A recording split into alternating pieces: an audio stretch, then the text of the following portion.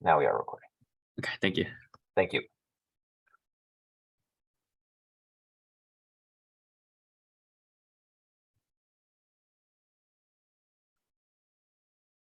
So with present value, we're concerned about figuring out the value of a stream of cash flows and compare that value to the price, which is the cost of access to those cash flows.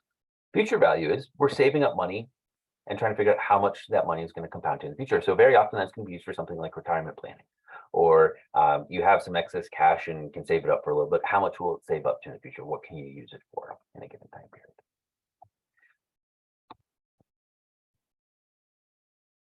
And we can also see this mirror function of present and future value, just looking at graphs. So what we're looking at here is $10,000 discounted or compounded at 20% per year. So this is really high compound rate to be using, but I'm using it just so we can see over a short period of time this exponential effect. Right? So with present value, the further out into the future we receive money, the less that money is going to be worth today. So the further out we receive money, the less that money is going to be worth. Conversely, the longer we're able to save money up, the more it's going to grow into the future. And so this is the mirror effect of time value of money, present versus future value. All right, so far, we've been assuming that cash flows have been compounding once per year. But very often, we see that assets are going to be compounding more frequently than that. Right? And the more times we compound per year, the more interest that is effectively being incurred on an asset. Right? The longer and the larger the investment, the more this nominal difference is going to make. And we're going to do some examples here to see exactly what I'm talking about. Right? So how do we adjust our time value money formulas when we have multiple compounding periods a year? Basically, all we're going to be doing is adjusting the interest rate, the number of periods, and the payment. Right? The reason being is we functionally now have more time periods that we're compounding within. Right? So if we're compounding, say, semi-annually, twice per year, that means we're compounding 6 months in, and on that 6-month interest, we're compounding again the next 6 months. So those additional little time periods of compounding can add up over time. All right. So we're going to do a few examples here, looking at different levels of compounding. All right. So what's the value of $1,000 earning 10% over 35 years? So we have our investment, $1,000. We're going to have our rate of return, our compounding rate, 10% over 35 years. So we can use a future value function. Right? Again, future value, before we open up parentheses and start putting in information, again, nice thing with Excel, it gives you the definition of everything we're dealing with, right? So returns to future value of an investment based on periodic constant payments and a constant interest rate. And holding things constant is very important. Things get pretty messy when we're not dealing with constants. All right, so once we start opening parentheses and inputting information, it's going to tell us what it needs and in what order we have to input it, right? So we're calculating future value. First thing it's asking for is the rate of return, right? This 10%. Comma to get to the next input. Now we're putting in the number of periods, and it's going to be 35 years. And it's asking for a payment. Keep in mind the difference between a payment and a single cash flow occurring, which could be present or future value. Payments are reoccurring each time period. This is a single $1,000 investment, so we're going to be skipping over that payment. And remember, we need the negative sign on either cash inflows or cash outflows. So compounding at 10% rate of return over 35 years, $1,000 can grow to $28,000. So let's see what happens now if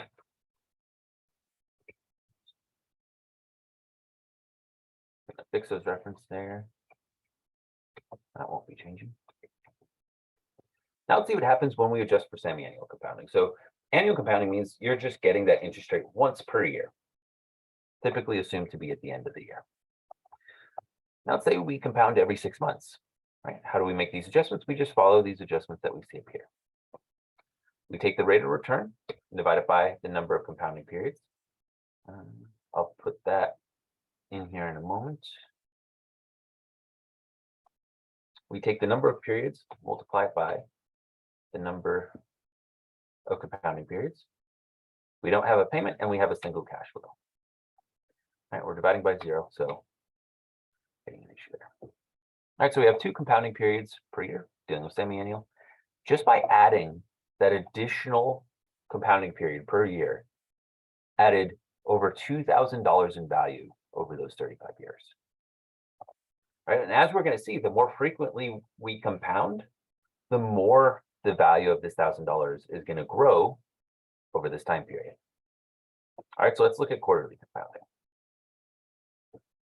Okay. Only difference here is now, instead of compounding twice a year, we're compounding 4 times per year. So compounding those 2 additional times per year is adding another $1,200 or so. Finally, monthly compounding, compounding every month. Again, adding some value, a little bit less than before. Right, so the more frequently we compound within a given year, the more the value of this cash flow is going to grow over time. So typically we assume annual compounding. That's the simplest way to deal with time value of money. If, however, we are told anything different, we can make adjustments just by following this pattern here.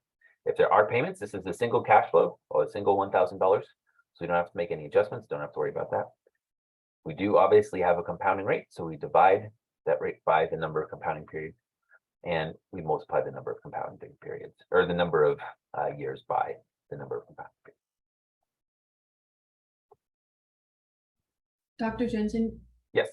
Can you show those formulas, like click into them? Yes. Okay, so where would, for the semi-annual compounding, where did you put the fact that it was going to be compounding more than once? How did Say that again? How did you make it so that it was compounding more than once? So that's what we're doing with these adjustments here. Okay. To the rate and the number of periods. Right, so instead of having 10% over the course of a year, we get 5% return. And then on that 5% return, we get another 5% over the next 6 months. Okay. Right, so that's why we're having that 10%. And then on the flip side, with the number of years, right, instead of having 35 years, we have 70 6-month intervals that we're compounding across. Got it. So that's why we're multiplying the number of years times the number of compounding periods. And Excel will automatically, if you drag it out, put the number of periods that it's being compounded by? No, that's something that you're going to have to update yourself. So the basic assumption is that you're dealing with annual compounding. Okay. So you are going to have to make these adjustments to the time value money formulas if you're dealing with a different compounding rate. Okay, got it. Thank you. Yeah. But the way that I copied this down, so from the annual compounding rate here, I fixed references to rate, number of periods, and the present value. Right, hit F4, or if you're on a different operating system or something, you can manually type in a $sign in front of the column in the row, and then you can just copy and paste it down. But once you have this additional reference set up, then the only input you have to change is the number of compounding years here, or compounding periods. Okay, thank you. Yep. Any other questions?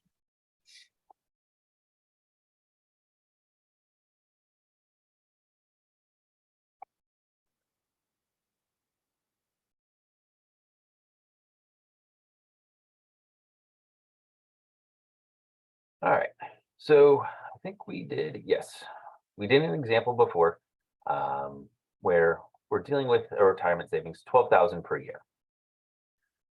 Right. What we didn't do is adjust for, people tend to not save up over the whole year and then invest it.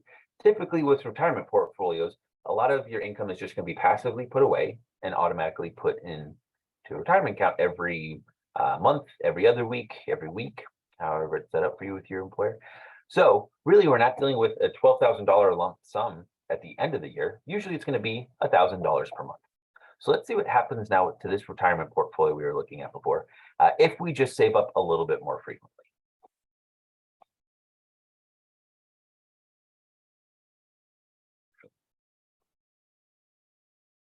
we don't need this for this example.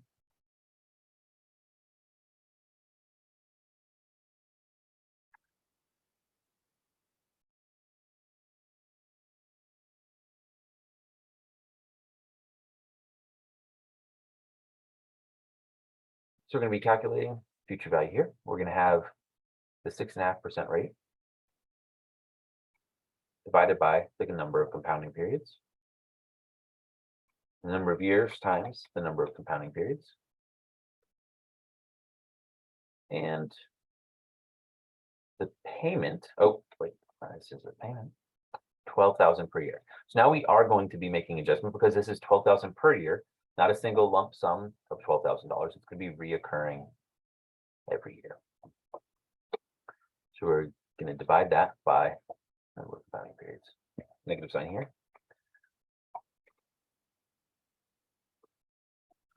So over 20 years, compounded monthly instead of annually, we're adding about $25,000 in our portfolio just by saving up a little bit more frequently. We'll see that for the longer we're saving up, oops, what did I forget? I forgot to fix my reference to cash flow. There we go. If you copy something over and start getting zeros, you know you forgot to fix the reference. Right, but as we go further out into the future, we see that we're adding a little bit more value each time, right? Over 60 years, we've now added almost $1 million in portfolio value just by compounding more frequently. Right, so let's say that we're paid monthly instead of, or weekly instead of monthly. Right, that's adding even more value still. So the more frequently you invest, the more that investment is going to grow by over its lifetime.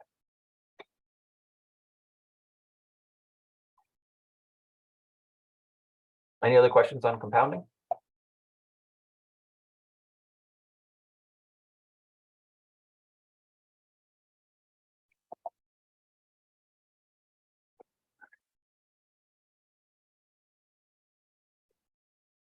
All right, so a lot of the examples we've been dealing with have been a single cash flow stream, but we have done some examples with some annuities here, looking at those reoccurring payments that go over time. And that's typically going to be the case, right? Usually it's not going to be a single cash flow that we're going to be dealing with, but really a cash flow stream. So one of the ways that we deal with cash flow streams is going to be setting up a cash flow table. And the way it's going to work is pretty similar to a single present value that we've already looked at. But now we're going to set up the time periods, figure out the cash flows, discount or compound each one of those cash flows, and then add up all of those present or future values. Right. So this is called discounted cash flow analysis. And discounted cash flow analysis is just a time value money method for valuing a stream of cash flows. We're either taking the present or the future value, summing up all those present or future values. All right, so if we ignore the sum here, all we're doing is taking the present value, but then we sum up all the present values that we've taken. Same thing with the future value. It might look a little complicated, but pretty simple once we get down to practicing it. All right, so in practice, when we're dealing with setting this up, there's going to be a few steps that we take every single time we're setting up a cash flow table. Right? As you'll see by the end of the semester, cash flow tables can get really complicated really quickly, largely because of the inputs we need to figure out the discount factors and how we estimate our cash flows. But in principle, this framework stays the same. We set up our time periods. We establish our cash flows in the appropriate time period. Then we discount or compound each of those cash flows within each year, within each time period. And then we sum up all those discounted or compounded cash flows. Same steps every time. Things can get complicated quick, but we follow these same steps. So very important that whenever you're dealing with any sort of DCF problem, that you just follow these steps and you're more likely to just do everything correctly if you follow right along, right? So set up the time periods, put in your cash flows, discount or compound each cash flow, sum up all of those values.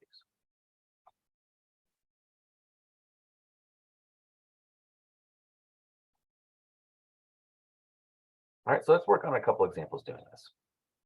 All right, so let's say that we're looking at evaluating a project that's generating $550,000 each year for 3 years, and it has a discount rate of 8%. It has a price of investment of $1.5 million. All right, so when we're dealing with present values, really what we're doing is trying to figure out the value of the cash flows and compare it to the cost of those cash flows, right? In other words, the price of invested. So time zero is the year that we are evaluating something from.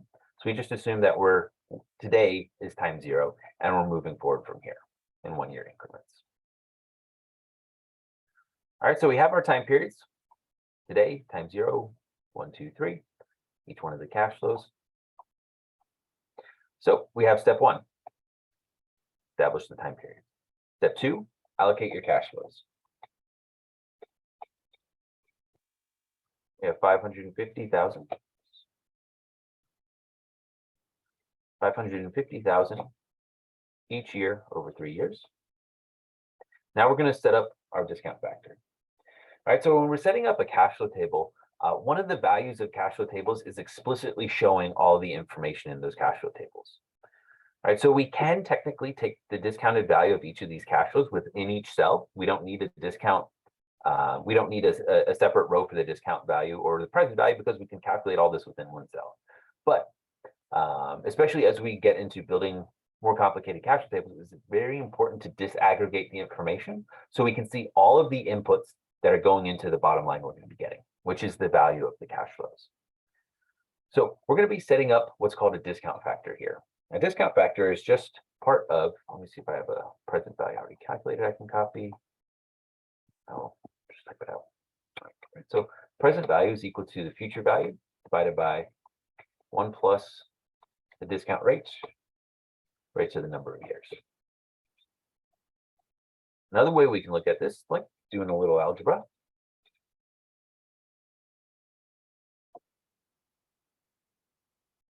is we can separate this discount factor. So we can take the future value and multiply it by 1 divided by 1 plus the discount rate raised to the year. So that's what we're doing when we have this discount factor row here. All we're doing is we're separating the future value into its row, which is the cash flows here, and the discount value, the discount factor in row 118 here. Right, again, the motivation for doing so is so that we're separating our nominal value of cash flows, which there will be more inputs to later on, from the discount factor. We need both of these to get its present value, but both will be affecting the present value in different ways, right? As we increase our cash flow, everything else equal, the higher our present value is going to be. On the flip side, as we increase our discount rate, the lower the present value is going to be. There's always going to be an inverse relationship between our discount rate and our present value. So because we have these competing forces in estimating the present value between cash flow and discount factors, it's important that we have them set up in different rows. All right, so all we're going to be doing in the discount factor row here is calculating this value, the discount factor. So one good way to check that you're calculating it correctly is start calculating it in time 0. When you're calculating the discount factor in time 0, it should be equal to 1 because the value of something today is just itself. All right, so we get 1 divided by 1 plus our discount rate of 8% raised to the year. And we got 1. Now, every year after time 0, we should see that the discount factor decreases in value. Right? Drops down to 0.92, 0.87, 0.79, right? Drop 100 years into the future, right? 550,000 would be worth half a tenth of a penny. Right? So there's always this inverse relationship between present values and the distance in the future where we're seeing those cash flows. So we will see this decreasing value in the discount factor. All right. So now we got the 2 inputs we need for our present value. So to get the present value, just following this formula along here, we multiply our cash flow by our discount factor.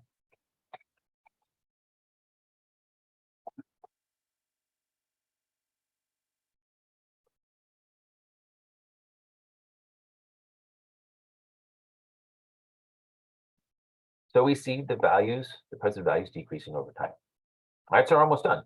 We have our time periods, we set up our cash flow, we take our present values, step 3. Step 4, the final step now, is to sum up all of these cash flows.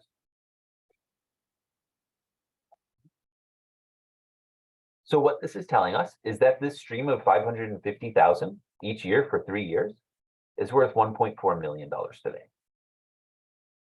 So if the price of investment is 1.5 million, should we make this investment? No. Nope. The value is less than the cost. Right, and that's fundamentally what we're doing with any sort of present value problem, is we're trying to determine the trade-off between how valuable are these cash flows and what's the cost to have access to these cash flows. All right, now let's see what happens when we have a steeper discount rate. All right, so we have the same cash flows each year, but now our discount rate is increased to 16%.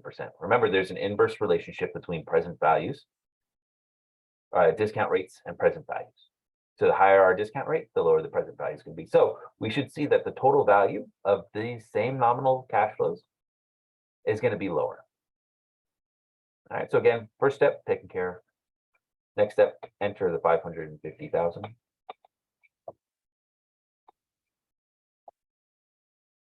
Now we're getting our present values. Set up our discount factor, 1 divided by 1 plus.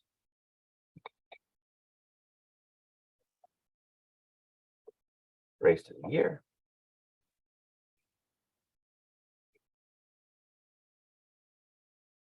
So we can see right away that these discount values are decreasing steeper, right? So we go from 1 to 0.92.5. In other words, that 550,000 is only worth about 92.5% of its nominal value. Whereas with the 16% discount rate, it's only going to be worth about 86% of its nominal value, right? And we see it declining steeper over here. So I'm sure all of you are already seeing what the answer is going to be to whether or not we're going to invest. All right, we got our present values. You multiply the cash flow by the discount factor and sum it all up. Just as we suspected, we have a discounted cash flow value of 1.2 million. All right, so if we were going to reject something that's worth 1.4 million, obviously we're going to reject something that's worth 1.2 million. Now we're going to go the opposite direction. We're going to have a lower discount factor. Now, let's say it's 4%. All right, so again, same 4 steps with every discounted cash flow problem. Can someone tell me those 4 steps? Or at least give me the first step? With the cash flows. Close. So that's going to be the second step. That's the first step we're actually going to have to do here. All right, first step's taken care of for us. Would you absolute cell reference those? Not quite. Set up the time periods. Yes, correct. Setting up our time periods. Right, because timing matters. So having the correct time period set up is vital for figuring out what something is worth. So we set up our time periods. And as was already mentioned, the second step is going to be setting up our cash flows, right? Putting them in the appropriate year.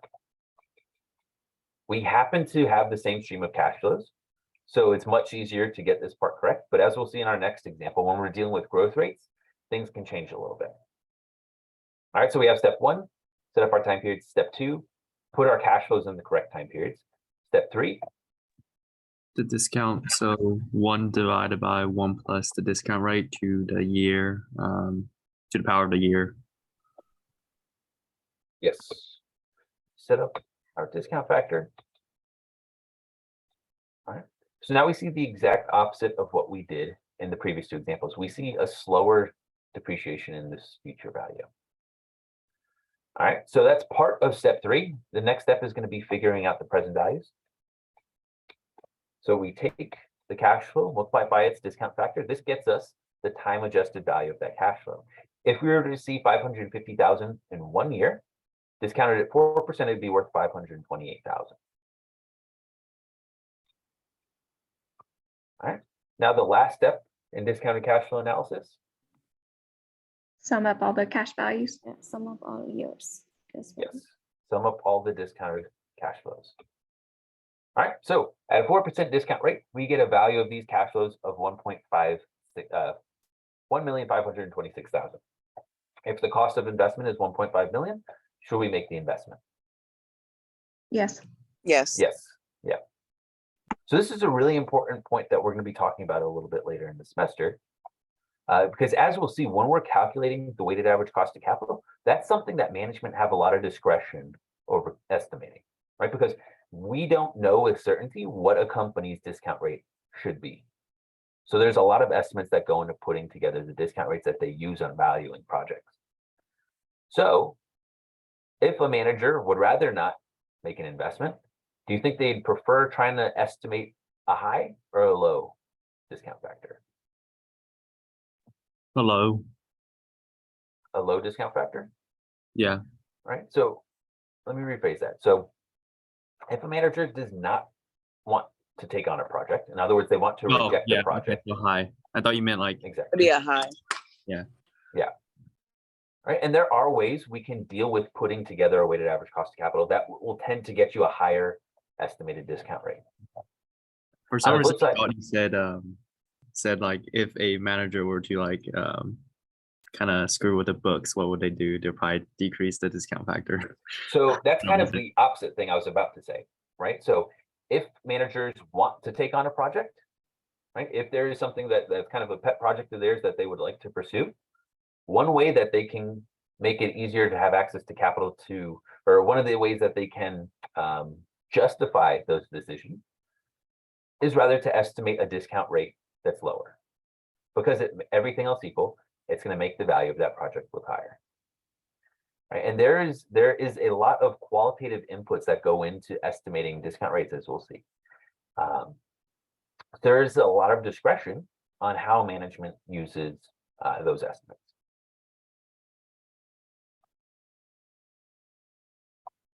All right. Any questions before we move on? Yeah. So in real life, what would a discount rate like be? Like I guess the expected rate of return for investors normally, but like what else could it be, I guess? So that's jumping a bit ahead, but basically it's going to be the weighted sum of the expected cost of debt and cost of equity. So Oh, right. oh yeah, okay, gotcha. I kind of remember that now. Cost of debt, while it is technically the expected cost of debt, as you'll see in the Capital IQ valuation model, in real life, people have a tendency to just use recent debt issues that companies have made and use that to forecast future cost of debt that they're going to be incurring. Right, as we've seen recently, there is a significant downside of that, right? If you're making a forecast from the start of, or from the middle of the pandemic, the cost of debt was recently very low, right? But as we've seen more recently, the cost of debt is increasing. Federal Reserve is increasing interest rates as we're going along. So the expected cost of debt should be increasing over time. That's one of the nuanced issues with putting together an accurate forecast, is adjusting what's happened in the past with what is more likely to be happening in the future. So cost of debt is one of the inputs we use for putting together a discount rate. Expected cost of equity is the other portion of it, right? So the most typical method of estimating cost of equity is through the capital asset pricing model. You're going over that in your financial modeling course, so we're only going to be touching on it very briefly in this course. But basically all that's saying is, right, we have this model. It's based on the discount rate, the amount of risk in a security, and the expected market return. We combine those in a formula we'll see later tonight, and that's going to get us the expected cost of equity. So in practice, we often see discount rates for companies somewhere between 5–6% on the low end to 12–15% on the higher end. We do see outside of that range as well, but typically when we're dealing with a public company, it's often going to fall somewhere in that range. Larger, more profitable, safer, slower growing companies on the low side, risky, younger, growth-oriented companies on the higher discount rate side.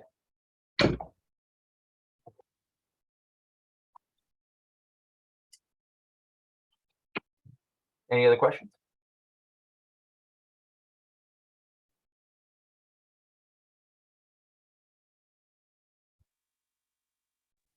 Where would you find discount rate of a company? So that's something we're beginning in when we get into the Capital IQ model. Basically, when you have Capital IQ, that information is already gathered for you. It's going to be embedded in the model that you're going to be looking at.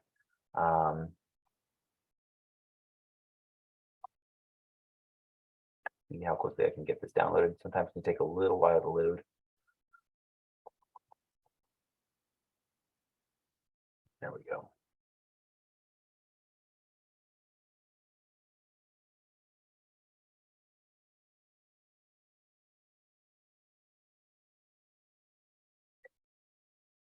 Right, so we're getting a bit ahead of ourselves, but it is related to exactly what we're talking about. So this is basically the model you're going to be dealing with when you're valuing a company. Right, so one of the first things that are input into any valuation is the discount rate you're applying to the cash flows. Right, so in the case of the public companies you're going to be evaluating, that's going to be a mix of its debt and its equity, both preferred and common. Right, so there's a few inputs that we're going to need here. We need a risk-free rate of return for CAPM. We're also going to take the market rate of return, and that's going to get us what we need for the cost of equity. For the cost of debt, it's going to get us information. It's going to get us the average value of the last 5 bonds that have been issued. When we talk about WACC, we'll see that it's going to be net of tax, so the tax rate of the company is going to be important as well. So you're going to have estimates from the cost of equity and for the cost of debt.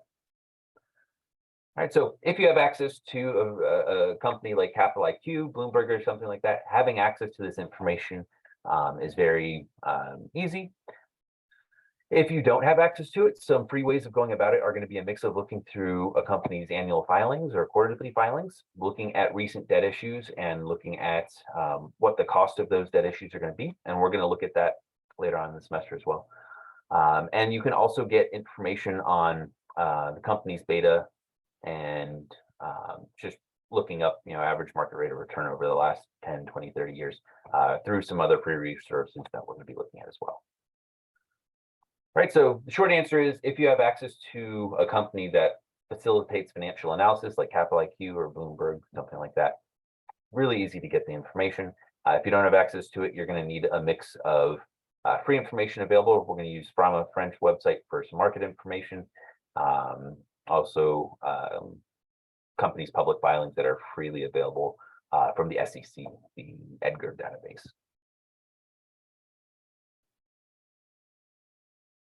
Right, but those inputs to the discount rate are fundamentally important. One of the first things that come up in a lot of the models that you'll be dealing with to value a company. All right, so what we are doing right now is just purely for exercise sake, but it does directly translate into actual valuation models that people use to look at the value of the company. All right, great questions. Anything else?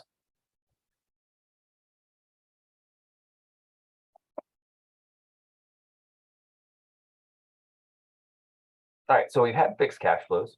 When you're dealing with fixed cash flows, it's a little bit easier. That's step 2, allocating your cash flows.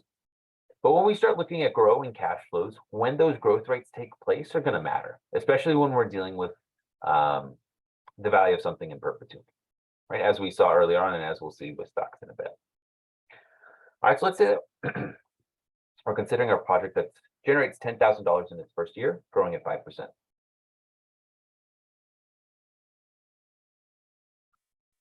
What's the value of this project if it had 0 startup costs and a discount rate of 12%? All right. So again, step 1 is set up for us. We've got our 5 years. Now I'm going to ask for your help in putting together the rest of the steps. Wait, Dr. Jensen. So if it Yes. had $0 startup cost, that just means you're definitely gonna be investing in it, right? Risk whatsoever. So in a way, yes, but we're still trying to figure out the overall value. But technically, yes, you are absolutely correct. Free access to cash flows. We just got to see how much are these cash flows valued. As long as it's not somehow negative, which does that happen? Without costs, no. Uh, Right, so we're dealing with just pure income here. I guess I was talking about like negative as in like I guess the total discounted cash flows is somehow negative. So no. So when we're dealing with a discount factor, the lowest a positive value can be is 0. So we're not going to be getting negative cash flows if we don't have costs associated with them. So basically the lowest value we can get from a discount factor that's positive is 0, right? So let's see what something like that would look like. Right, we're basically getting down to 0. This is just, if we put this in dollar format, right, it's worth 0. Right, so basically what is it called? The limit of the discount value is 0. All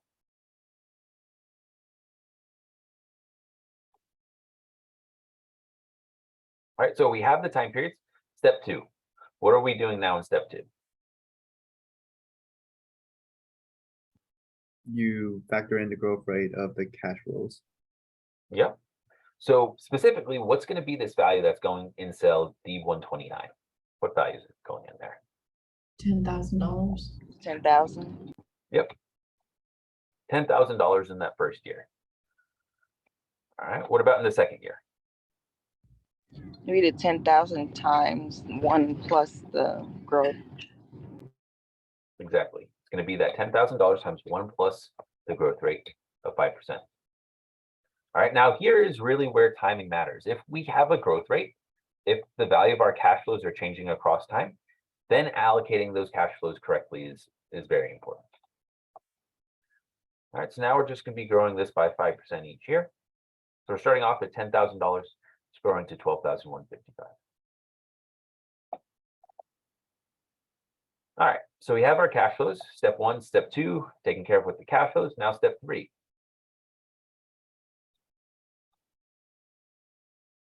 What are we doing in step 3? Discount. Assuming you'd have to do like 1 divided by 12% minus 5% to whatever year. Close. So we already took care of the growth rate here. That growth rate is affecting our cash flows, not the discount rate. Right, so the growth rate is, I guess like wait, so you don't do the R minus G there? not in this case, no. Oh. So the R minus G was for valuing a perpetuity. Here we go. It was for valuing a perpetuity. So this perpetuity is something that goes on forever. So this is just the way we would solve valuing an infinite stream of cash flows. So this is going to come back when we're valuing stocks in perpetuity. But when we're dealing with just growing cash flows, the growth rate is only applicable to that cash flow. If it was $10,000 growing by 5% for every year, then we wouldn't need the cash flow table. That's a perpetuity value.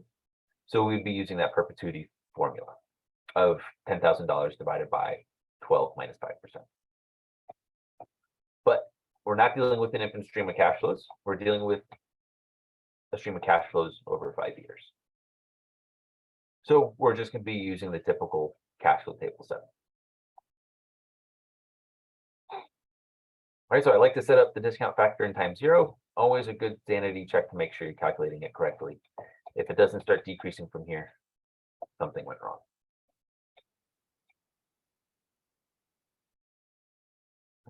So we have our discount factor set up. What's the next step going to be? Multiplying the discount factor by the cash flow. Yep. And last step. Summing it all up. Sum up the cash flows. Sum up all the cash flows. Exactly.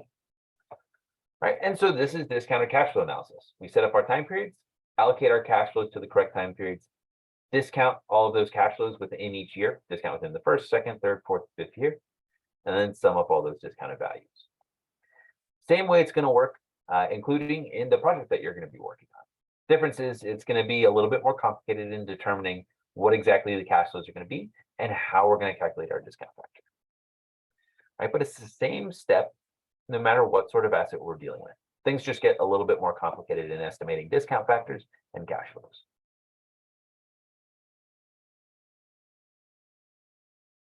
Any other questions on discounted cash flow?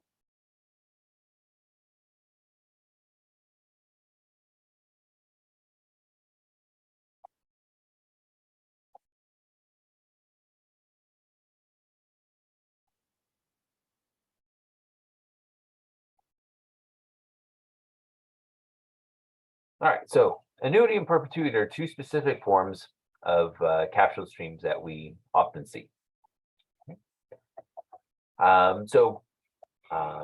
When cash flows aren't growing at a constant rate or our fixed cash flows over time, we have to do the cash flow table that we just saw. But when cash flows are constant, there are formulas we can use to solve those. And that's going to be for perpetuities and annuities. Right. So the perpetuity is that formula that was referenced just a couple minutes ago.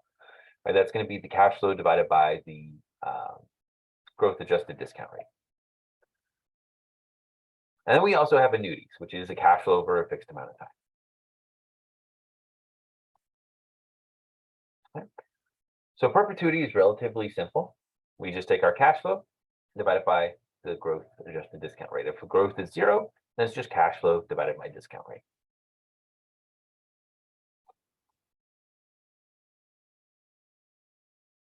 Right. Perpetuity value, this is something that we're going to be using when we're valuing something like a company.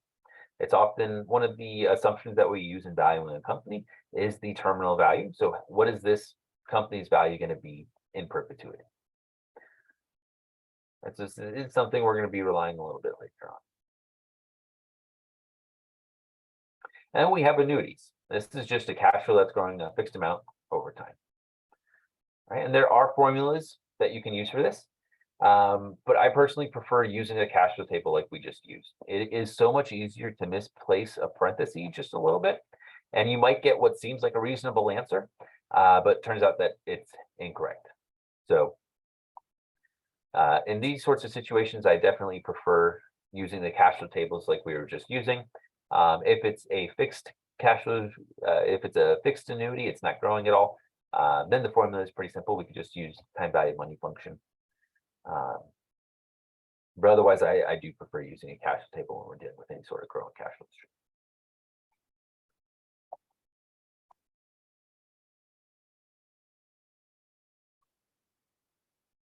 One important distinction here, is the timing of cash flows, right? So generally, we're going to assume that cash flows occur at the end of a time period, and that's the base assumption, right? That's the starting point assumption when we're using any time value of money formula or function in Excel.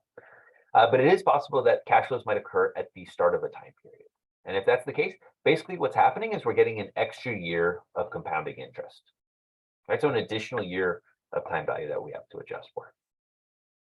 So the way that we would go about adjusting our formulas is basically subtracting 1 away from the number of time periods that we're going to be compounding for the present value, or multiplying the cash flow an additional time for future value.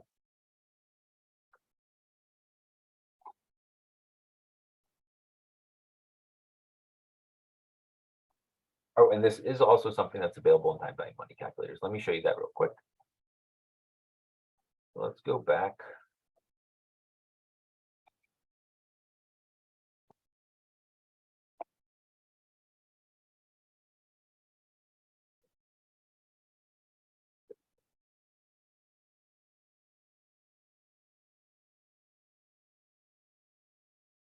Let's use this cash flow stream here. All right, so let's say instead of getting paid at the end of the month, you get paid before you start working, right? A situation that nobody's dealt with, but makes for a good example here. Right, how are we going to adjust our values here? You go to the time value money function. You see things in parentheses after payment. Basically, these are things that aren't necessary, but can be included when we're dealing with time value money. So we're not dealing with the present value. We are going to be dealing with the type. All right, so if you keep on putting these commas in until you get to type, the last input you can have for time value money, it's going to give you the default option for the end of the time period. We assume that the payment occurs at the end. Typically, that is going to be the case. Or you can have the beginning of the time period, in which case we're going to put 1. All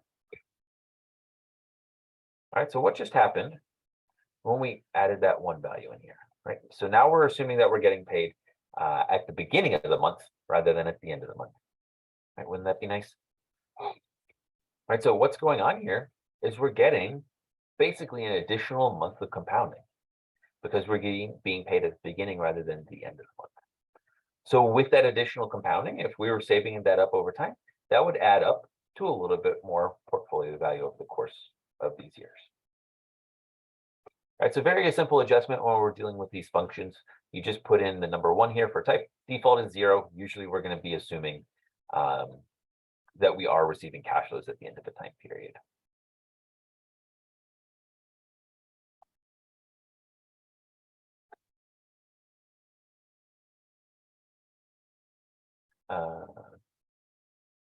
I don't know why I repeated that one. I accidentally must have copied it over.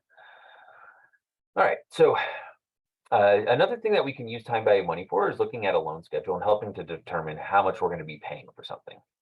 Right, basically in structuring and understanding our payment schedule, it just helps us understand, when we have to have the cash flows paid out and how much we're going to be paying for a loan by. All right, so one important example that we might be using this for is estimating mortgage values. Right, and when we're looking at loan schedules, basic way we set it up is having the year beginning balance, payment, interest, principal, and then the ending balance within the year. So we start with the initial amount. We calculate the payment that we're going to be making each year. We're going to use the payment function to calculate that. That's something we haven't used yet. We're going to calculate how much interest is being charged. The amount of interest that's being charged is how much money you have outstanding on the loan, multiplied by the interest rate you're going to be charged on it. And principal is just going to be the difference between how much you paid and how much of that payment was based on interest. All right, so at the end of the year, you paid a little bit of the money off, and that's going to leave you with the ending balance, which is going to be the beginning balance for the next year.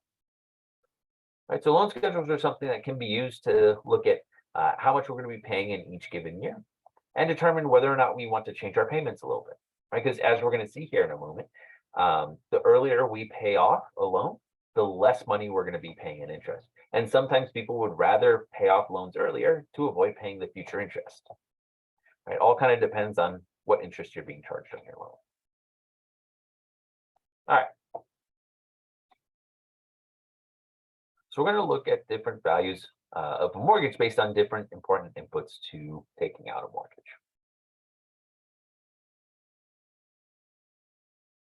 All right, so let's say that we can afford $1,500 a month on a house and have $30,000 down payment ready to pay.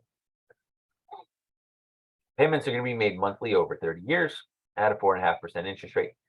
Can we afford a $250,000 house? All right, so first things first is figuring out how much the loan amount is going to be. Right, so that loan amount is just going to be the spread between how much the house costs and how much we have down payment. Right, the higher the down payment we have, the lower loan we're going to have to take out, the less we're going to be paying in interest because we have a lower loan value. All right, so let's see how much we're going to be paying here. All right, we're going to use what's called the payment function. So this is something that we haven't used yet within the time value money framework. What's going to be going on here is it's going to calculate the payment for a loan that we've taken out based on constant payments and a constant interest rate. All right, so we need our rate. Put that there. The number of periods, put that here, and the present value.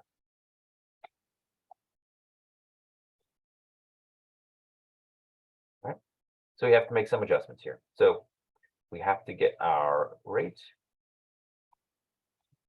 4.5%. Then we need the number of years, 30 years. All right. So what this is saying is that our payment is going to be $13,500. All right, so right off the bat, we see that something's. Shouldn't we have to divide Yep. the rate and then multiply the? Yep, exactly. We're dealing with multiple compounding periods within a year, right? So what we just calculated without making any adjustments is the annual payment for the mortgage. So this is how much we'll be paying over the course of a year. What we're concerned with, though, is how much we're going to be paying per month, right? That's typically how we deal with things. We're paid typically over something like a monthly schedule. So our costs are going to be structured in a similar way. All right, so now we're going to make these adjustments that we were looking at earlier with the multiple compounding periods per year. We have a 4.5% per year interest rate, but we have to adjust it for monthly. So we're going to divide it by 12. Oops. Always got to remember to get an equal sign or a plus sign before calculating something. In addition to that, we're dealing with 30 years, but we're dealing with 12 months per 30 years. So we're going to be multiplying that by 12 as well. All right, so in other words, 360 payments, right? Now we're getting it to something that looks like a typical mortgage payment. All right, so in this case, if we're taking out a $220,000 loan at a 4.5% interest rate, right, no other costs that are associated. If we can afford to pay $1,500 a month, our payment's going to be $1,100. We can pay it out. All right, we can also look at how much we're paying out over the course of this loan. So we're going to take that payment, multiply it by the number of months, and we can see how much loan value or how much we're going to be paying out for this loan. All right, so a simple way now to see how much interest we're being paid out overall is just taking the difference between how much we're paying out in total and how much of value we're borrowing. All right, so over the course of this mortgage, we're going to be paying out $181,000 in interest. All right, so this is how mortgages work. The trade-off between having a more manageable payment to have access to housing right away in exchange for the interest that's going to be charged for being loaned the amount of money. Dr. Jansen, can you hover Yes. over the total paid out formula again? So that's just taking your monthly payment and multiplying it by the number of months you're going to be Oh, okay.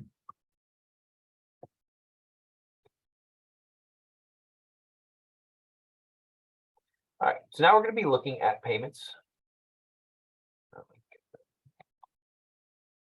using different bits that go into the loan, right? So down payment, how much you save, the more of a down payment you have, the less interest you're going to be paying out.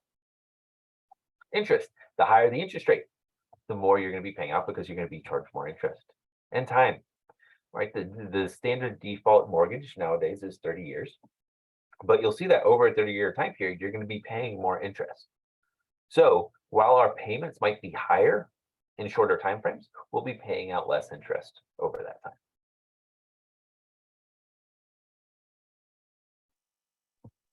Dr. Jansen, one more question about that total paid out. So say if you did pay out 401,000 over the span of the 30 years, would you still have to, well, I guess if you discounted that, like say, like that's the total amount paid out over 30 years, wouldn't that be like a lot less than So, yep, and it kind of looks at the trade-off and part of the motivation for taking out mortgage, right? So that nominally 181,000 is a lot of interest, but if you compare it to say something like your typical rate of return on a retirement portfolio, particularly nowadays or recently over the last decade or so, mortgage rates have been at really low levels, right? So the cost of financing has been relatively low.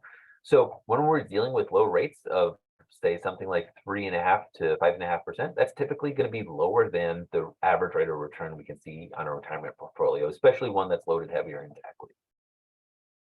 Right, so when you're looking at that trade-off between paying 3.5% on a cost versus earning what you would otherwise have paid for that cost and being able to earn something between 8 and 12% on investments is kind of the trade-off that a lot of people should be considering whether or not they want to take out a mortgage and at what time frame and sort of thing they want to consider.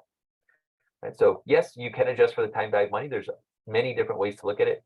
You can use the average rate that you'd expect to earn on a typical retirement portfolio. Some people use just inflation. So there are ways you can adjust for time value of money to evaluate it. Any other questions? Right. So I'm just trying to, I guess, to better conceptualize the idea. It's like saying, say that payment of 1,114, that's per month, right? So times that by 12, and you will get whatever this year's you would be paying out, right? Yep. And then next year, it'll be the same thing, except now you can actually like discount that 13,000 like back a year. So really you'll be paying less. I guess over time, because that money that you're paying total is still the same, but really it's not a whole lot compared to like say 30 years in the future. Yeah, so adjusted for time value, that's absolutely correct. Right, as we're paying these costs in the future, right? If we discount them back to today, they are not going to be worth as much. That's correct.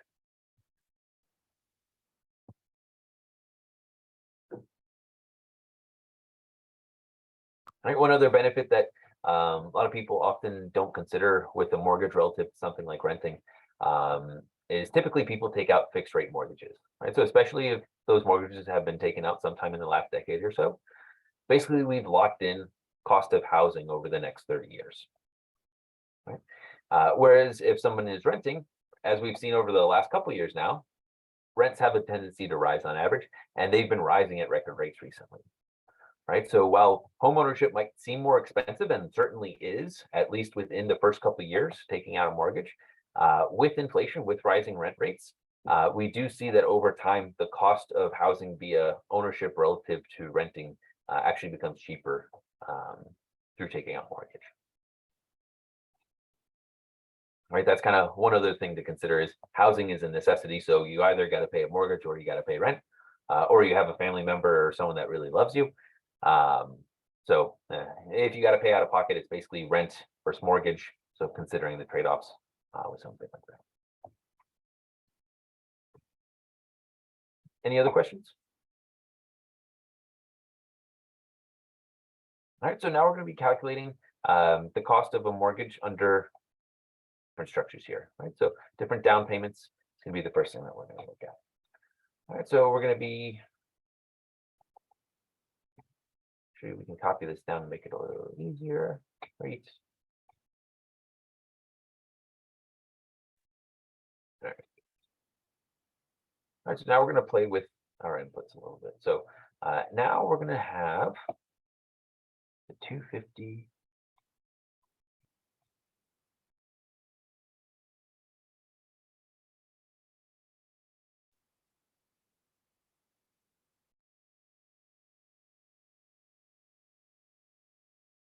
So now we're dealing with a 0 down payment, right? So rather than paying the 30,000 down, we don't pay anything down, right? And our monthly payment went up by a little bit under 10%. Right? Went from 11 to 1266. All right, so what is our total payout going to be now? That's just going to be our payment times the number of years that we're going to be paying out over. All right, so we do see that we end up paying more because we didn't have that down payment, and so we paid more interest on the loan. Oh, I should have calculated that value outside of the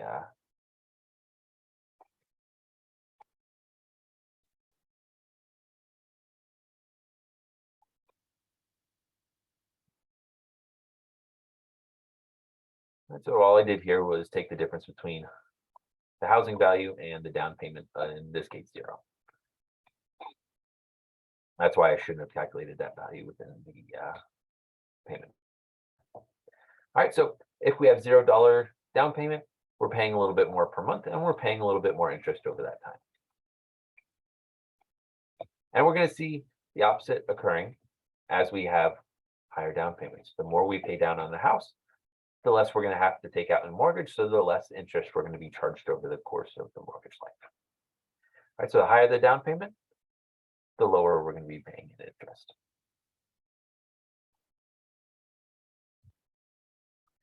All right, another thing that has to be considered is interest rate being taken out, right? Individuals don't have, unfortunately, much discretion over the interest rate that they're taking out on their loan, but timing can be helpful, right? A lot of people refinanced during the recession because we saw record lows for mortgage rates then. All right, so let's see what these different rates look like.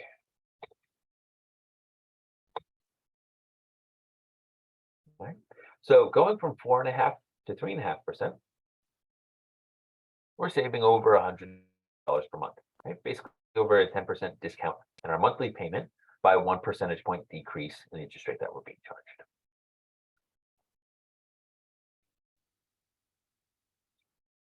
We still calculate our total being paid out over the life of the mortgage, same exact way. Let me double check that I still have. Okay. Check. Now the total interest that's going to be paid out is going to be the difference between our total payout, and how much we borrow. And we're going to see here, right, just several percentage points increase in the cost of this mortgage are going to lead to substantial rises in the cost of taking out a mortgage.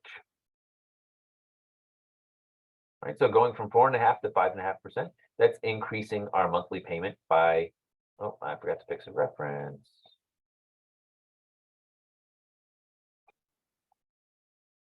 There we go.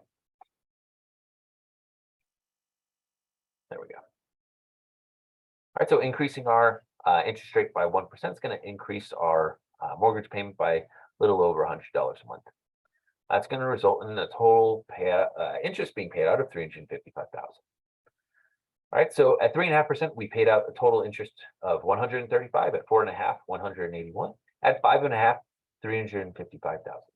Now, if we go from 5.5% to 7.5%, let's see what total interest being paid out is going to look like.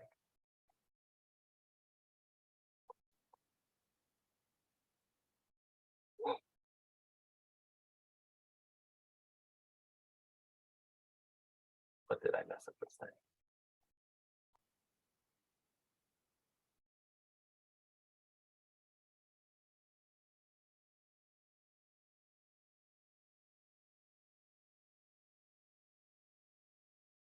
Oh. Okay, I messed up there.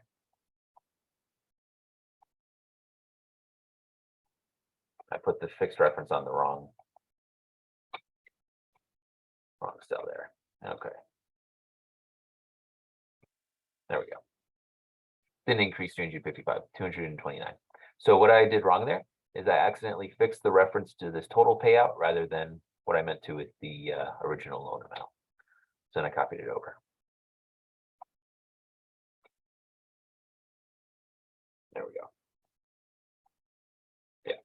All right, so as we go from 5.5% to 7.5%, our payment again goes up several hundred more dollars, and our payout goes from $450 to about $550, and the total interest being paid out, right?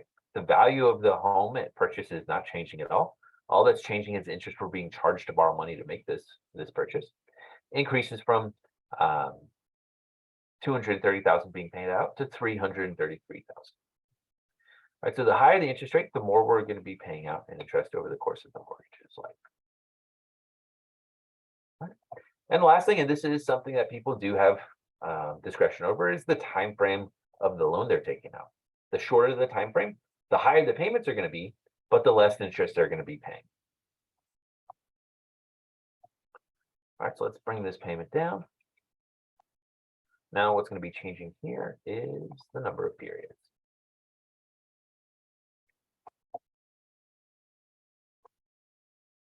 So as you can see, right, the payment is much higher, but the benefit is we're going to be paying out less in total.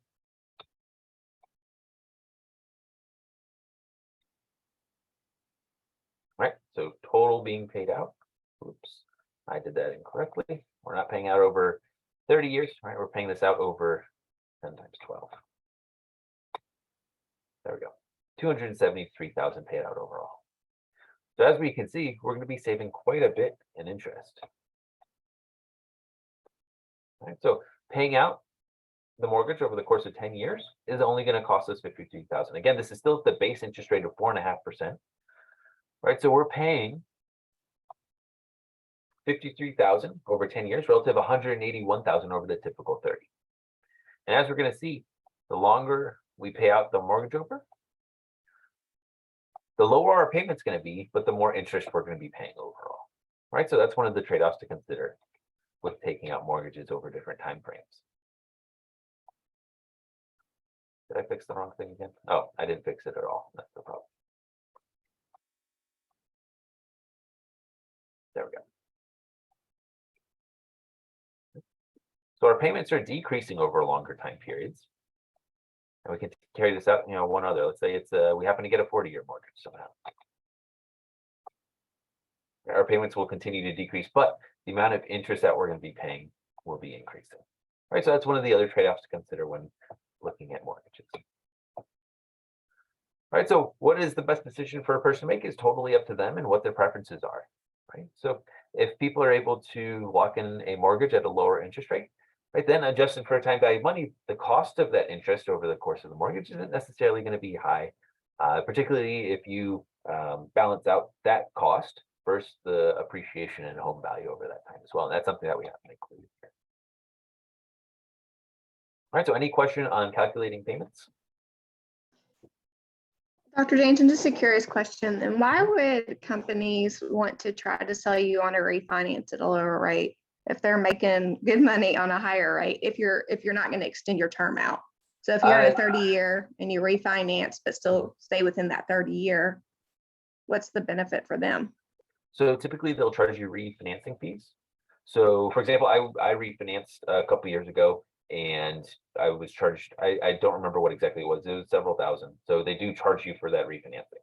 So it isn't free in itself. So they are getting value from refinancing. And in addition to that, right, they're paying off that loan and issuing another one. So basically what's happening is their return on investment for a loan is the same whether or not they give it to you. But in addition to that cost of giving you that mortgage, they're charging you the refinancing fee. Okay. Right. So if their cost of debt is say 3.5% and they're charging you 4.5%, they're getting that rate of return whether they're lending to you or a new lender. Difference is they're also getting a refinancing fee. Okay, makes sense.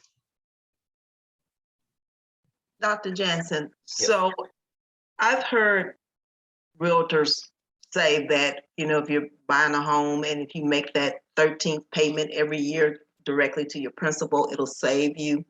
It'll knock off X number of months. I don't know the number, but how would that play into the So the yeah, form so of- that idea is basically what we're calculating down here.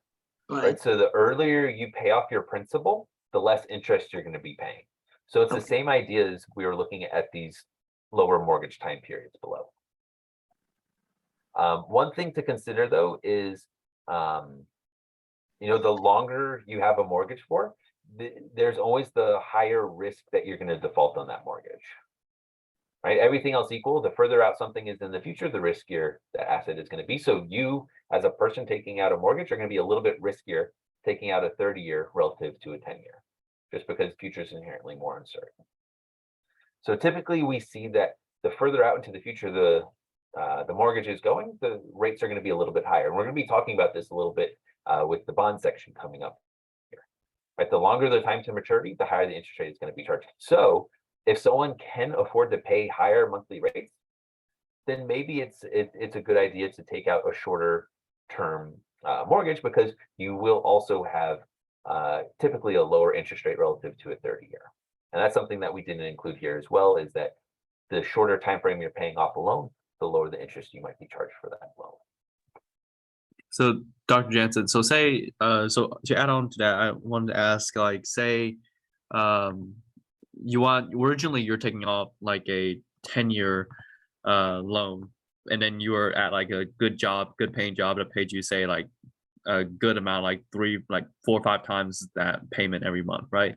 So what happens until, like, you didn't expect, like 3 years down the road, oh, now you don't pay, you're not getting paid as much, or you got demoted or whatever. And then this is whenever you might want to refinance, right? So then what happens to like the rest of that principal, and how does that work then? Because I'm not too, I guess, familiar with refinancing or anything. So I think that's kind of I was like, I think that's kind of a two-part question there. So, what are the situations someone's going to want to refinance in? Usually that's going to be more related to the interest that's outstanding. Right. So for example, 70s and 80s, we saw some of the highest interest rates we've had in the country. Right. So as we went from those really high interest rates to the much lower interest rates, especially that we've seen nowadays, let's say someone happened to take out a 100-year loan back in the mid 70s. Right. This is just hypothetical. Flash forward 30 years, right? If they wanted to readjust from a double-digit cost of financing to something more manageable, like 7.5% to 3.5%, then refinancing something like that makes sense. So generally speaking, refinancing is more valuable the lower the interest rate is now in the market relative to the interest rate you're being locked into the mortgage agreement. So generally speaking, I think refinancing is more of an interest rate environment decision than it is a personal financial decision. One thing that might be considered is if a person, say, started out with a 10-year mortgage, expecting to have a higher income long time. But turns out after a few years that might not happen. One option would be to refinance, assuming interest rates are the same for a longer time period mortgage, like a 20 or 30-year mortgage. So those would be a couple options that someone could consider. Usually refinancing, though, can be a function of the prevailing interest rate.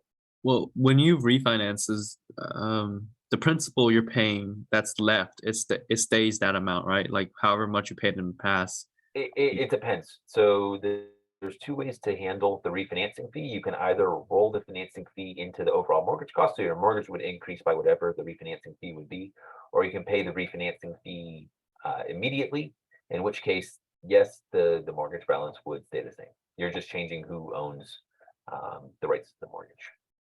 Oh, okay. So your principal payment that you paid out so far is still the same. It doesn't like revert or anything. You're just paying additional like a fee for right refinancing. Right. Okay, gotcha. Any other questions?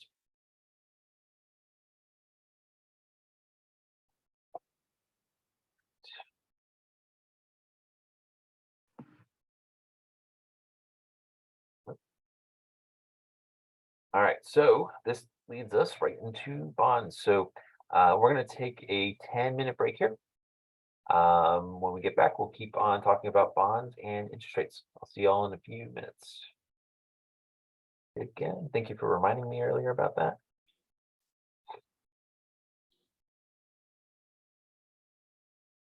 All right, so now we're going to talk about stocks and bonds, right? So we have a tendency to focus on stocks and bonds, primarily because they are some of the largest and most public sources of external finance that companies use. Also in part because they're the sources of external finance that we use to calculate a company's discount rate. Right, so far, and we're going to keep doing this for the next class or so, you've been given the discount rate, right? So how we're going to be calculating that discount rate is going to come in from a mix of understanding the cost of debt, or the yield to maturity, and the cost of equity, or the expected return on equity. All right, so that's how we're going to be calculating the discount rate moving forward, and that's how you can be calculating the discount rate in your project, right? Because in reality, that's how it's done. All right, so what is debt? What are bonds? What is this? So basically what debt is, structured loan instruments, right? So we have a creditor, the person or the organization with excess capital, and the debtor or the borrower, the person without enough capital that wants to borrow, right? So in the case of a mortgage, typically the bank is going to be the lender. They have the money through sources of financing, debt itself, through deposits made at the bank and other ways of borrowing money. And they take that extra money that's not being used and lend it to the borrower, right? But things being the way they are, the cost of money itself isn't free, right? That money could be used for other productive purposes. So there is a fee for borrowing that money. That's going to be the cost of debt, right? So debt itself is an agreement where the creditor lends money to the debtor, and that is going to be paid back typically with interest. Very important note here is that debt does not reflect ownership in a firm. If a company issues debt, then they have obligations to pay that debt back. There's typically going to be some covenants in the debt agreement, in the bond agreement, that should the company fail to repay that debt, that the creditors have claim to the company's assets and can sell those assets off to recoup their investment. But other than reclaiming the money that is owed to them, there is no residual claimant to debtors, or to creditors, sorry. Right? So it doesn't reflect ownership in a company. There is convertible debt, which is another situation, right? If we're dealing with convertible debt, then sometimes there's an option for someone that owns the debt to convert them into a certain amount of shares of stock in the company. But debt itself is not ownership in the firm. It's just claims to whatever is owed for the debt agreement.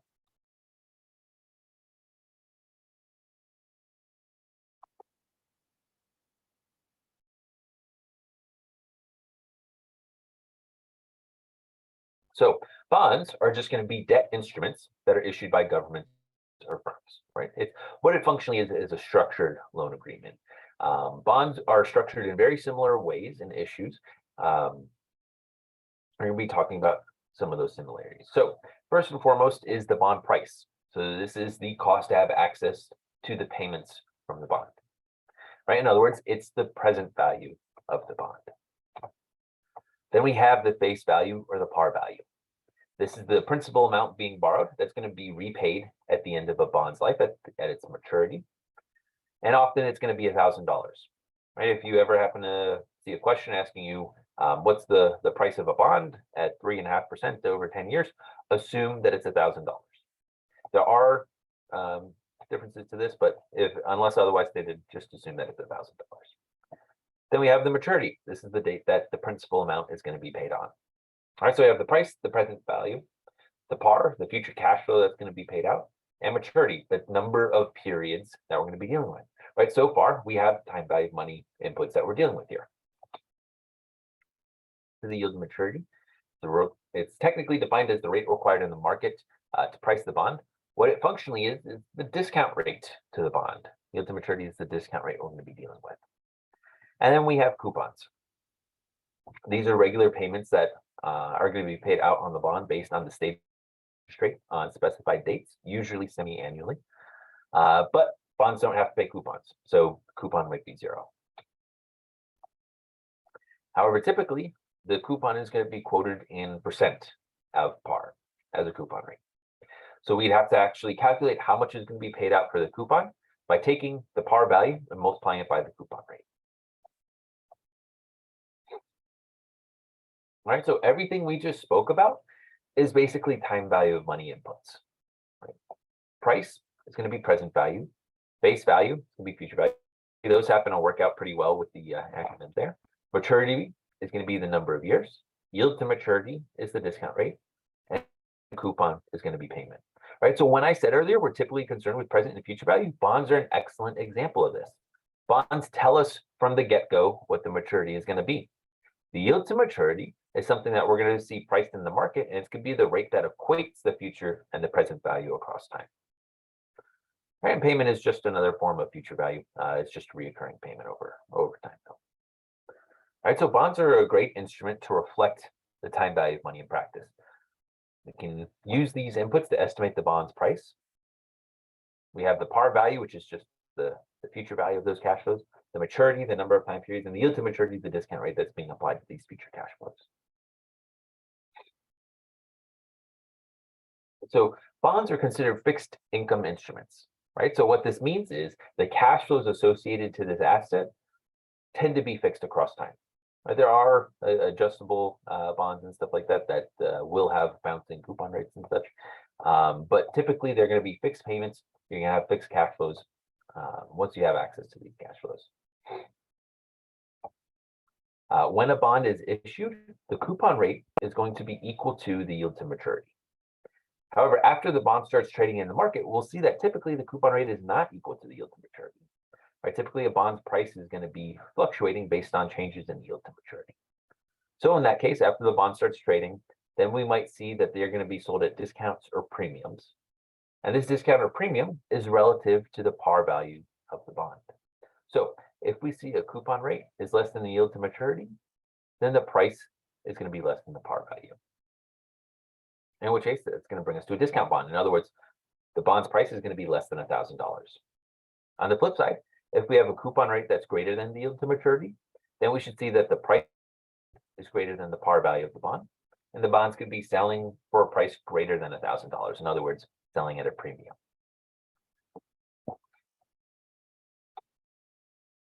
Right, so why does the bond's price have to adjust? I think it's great to consider this from a market perspective, right? So let's say that you're holding onto a bond, it's earning 10% per year, but market rates right now are about 5%. Would you be willing to sell at par value in order to exchange a rate of return of 10% for 5%? No, right? In other words, you want to earn the 10%. And if you want to give up 10% in exchange for earning 5% instead, in other words, half the rate of return, you'd want to be paid a little bit of a premium to forego that 10% in exchange for the 5%. All right, let's say it's on the flip side now. Let's say that you're holding on to a bond from a while ago that was earning 5%, but market rates on bonds that are similar to it are about 10%. right? If someone else is earning 10% on the market rate, do you think you could sell them a 5% without selling it at a discount? No, because that person would rather earn 10% to 5%. So to sell a bond that's trading at a lower rate of return, you have to sell it at a discount.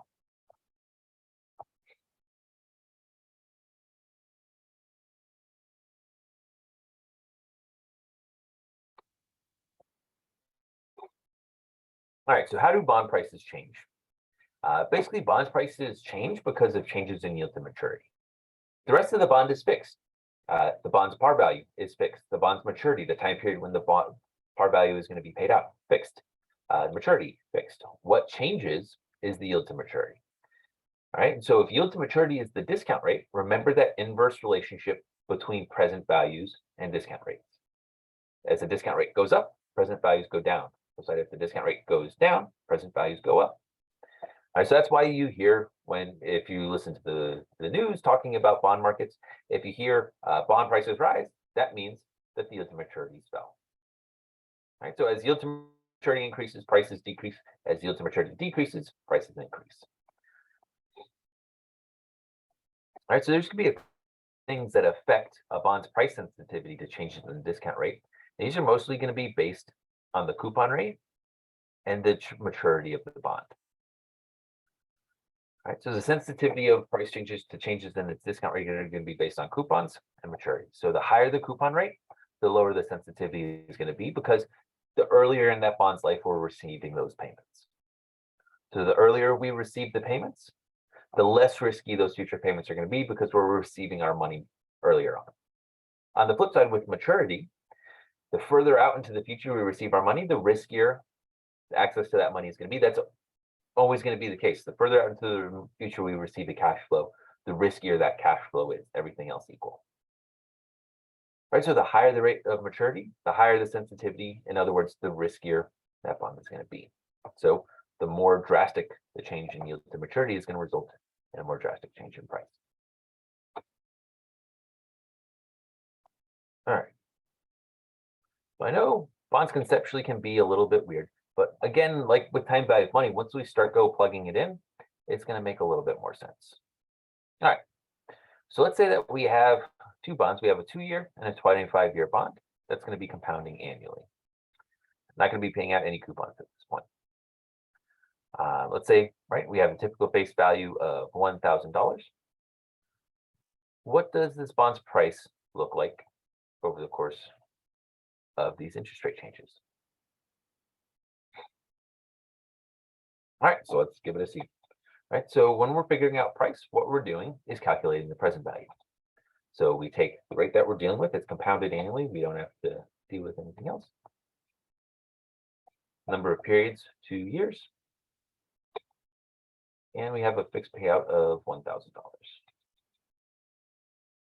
Put that over there.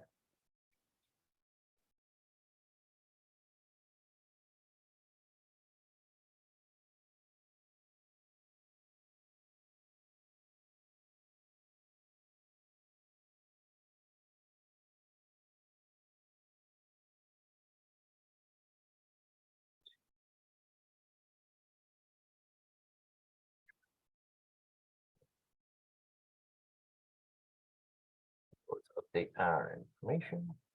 0, 5.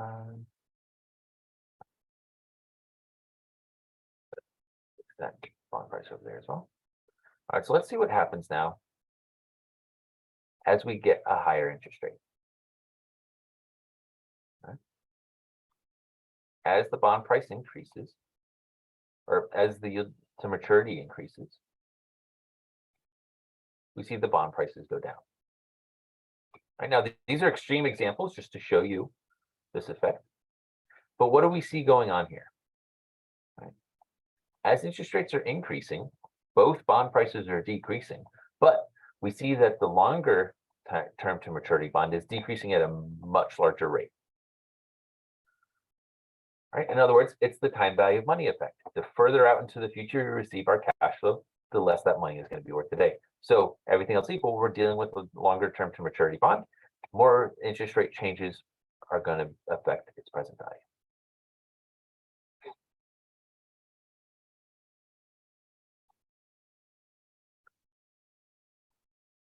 Right, so just to get a visualization of what this change looks like. So like I said earlier, adjusting for time value of money, the lower bound is going to be 0. Right, so when we're dealing with positive cash flows and discount rates, the lower bound in time value of money is going to be 0. As we can see, this longer term to maturity bond is reaching that lower bound much quicker, right? We can still get there with the 2-year bond. I don't remember what exactly that trade-off is going to be, right? So we have to go to absurdly high interest rates. Well, already 29% is pretty absurdly high, at least here in the US. Right, so as we see here, bond prices change relative to changes in interest rates. And the longer time to maturity we have on a bond, the more of a change we're going to see.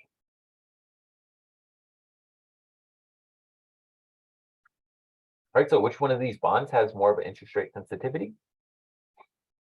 25-year. All right, now we're going to change things a little bit. All right, so now we're going to add in a coupon value, compounded semi-annual. Let's say that, oh, whoops, does not pay that. Incorrect. Should be 5% each.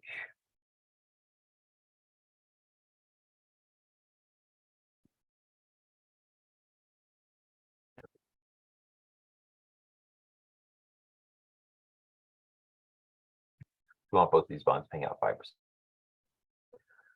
All right, so one thing to keep in mind here is what this coupon reflects, right? So at issue, the yield to maturity is equal to the coupon, right? So in other words, 5% is basically the break-even point where we should see these bond values, prices are going to be equal to par value. And actually, I'm going to add that back in,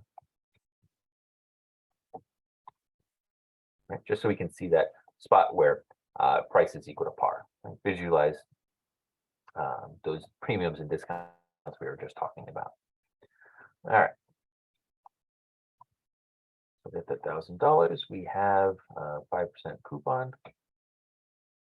All right, now we have everything we need to calculate the price. Actually, I'm going to start at 5% just so I can make sure I'm doing this correctly. All right, so because I'm starting at 5%, I get a price that's equal to $1,000. So we got a rate. We have the number of periods. We have the payment. So we're going to have to calculate a payment, right? So we're quoted the 5% coupon rate. So we have to take that 5%, multiply it by, take that 5% and multiply it by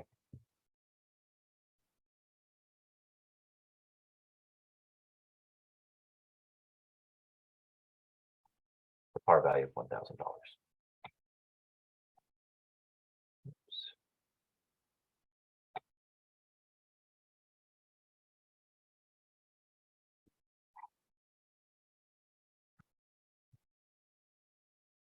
And we got it. So a couple adjustments we're going to have to make here, right? So we're dealing with semi-annually compounding.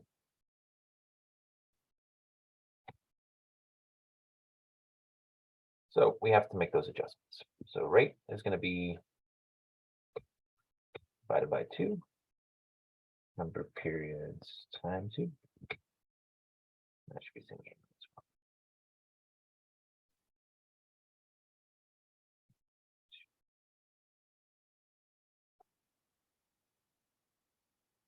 All right, so started off that 5%, got the $1,000, and that's what we should expect. All right, so I got to go through and fix these references. So as we change, so it's not going to change the reference. So as we go to a lower interest rate, we see that we're now going to be selling at a premium, right? Because we're holding on to a bond that's earning 5%, but market rates right now are 4%. So we want to hold on to that higher rate of return. So if someone wants to incentivize us to give up that 5% earning bond in exchange for this lower earning 4% bond, they're going to have to pay us a premium. All right, and that's going to be the way it's going to be as interest rates are decreasing. On the flip side, if we're holding on to a 5% bond and rates increase, right? In other words, new bondholders are going to earn higher rates of return, we're going to have to sell at a discount. Now we're going to see the same pattern going on with the 25-year, but we're going to see those changes, those differences in and price are going to change much more drastic. So I gotta update these references here. There we go. All right, so as bond prices decrease, price is going to be increasing. Oh, I forgot to update reference to the year. That's what's going on. There we go. There we go. Yep, that's what I was see. All right, so as those bond prices decrease, we see that 25-year bond price is going to change even more so. Right. In other words, we're foregoing this longer term maturity bond that's going to earn a higher rate of return than these other interest rates. So we're going to have to charge a higher premium in order to incentivize selling off that bond. Right, exact opposite on the flip side. If we want to sell this bond off to someone who's going to have to hold on to it for a long time period, we're going to have to give it a steep discount in order to unload it.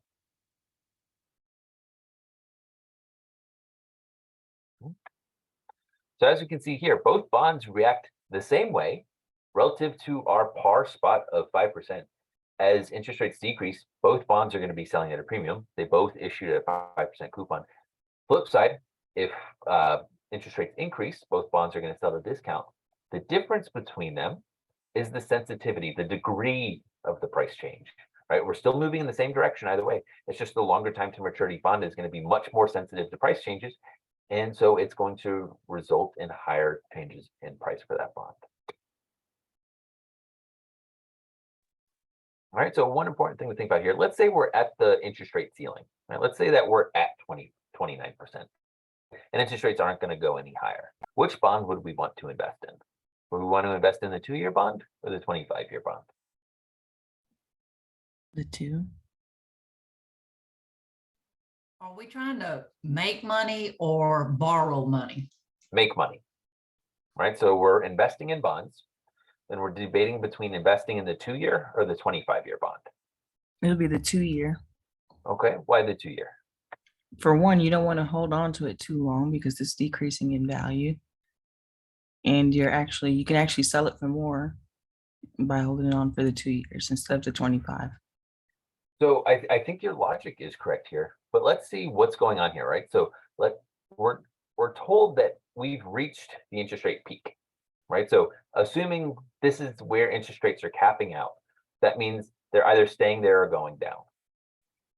So if interest rates are going down from 29%, what's going to happen to the relative prices of the 2 versus the 25-year bond? They go up even more. Exactly. With the 25-year bond, the prices are going up higher relative to the 2-year bond. All right, so in other words, we have a potential for a higher rate of return by investing in the 25-year bond if interest rates are capped out.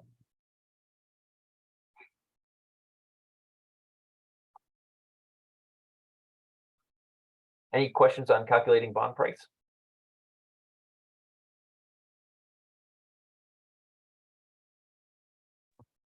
Dr. Jensen, so Yep. Is there a case scenario where, like, say the interest rate is negative? Technically, yes, not that we're going to be dealing with. So negative interest rates are actually kind of a really interesting thing that have been going on recently. But it's not something we are going to be handling.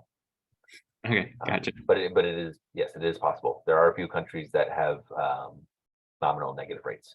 Our real interest rate is negative right now, right? Given inflation is higher than the base interest rate that we see, we do technically have a real negative inflation rate, which is actually something we're going to talk a little bit about now. Any other questions?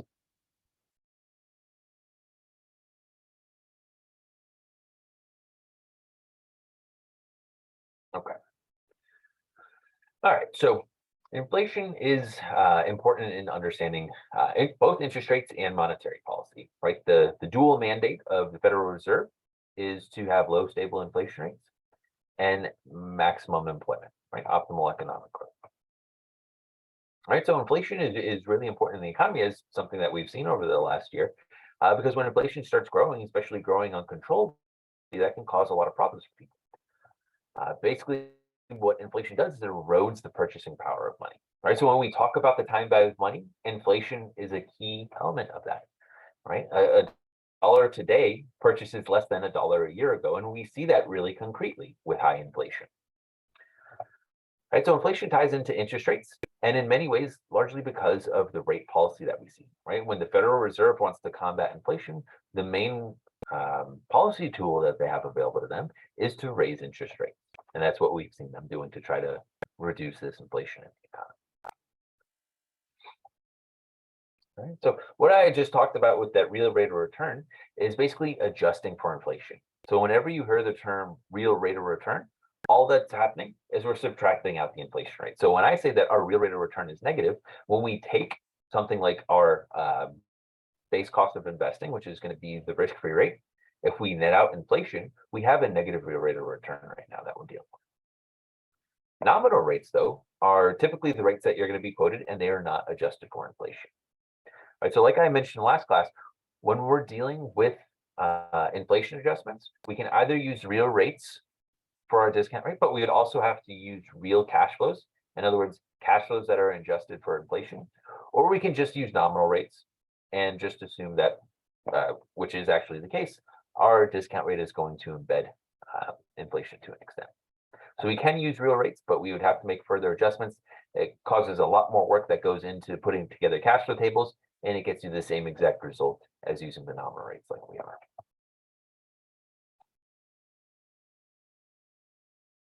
So this is what I was going to talk about. One important thing though to keep in mind is that when we are dealing with time value of money, we have to be consistent in what method we're using, right? So in other words, you can't use a nominal discount rate and real cash flows that you're forecasting. You have to either use real cash flows and real discount rates, or nominal cash flows and nominal discount rates. It's always important that you match those two things up.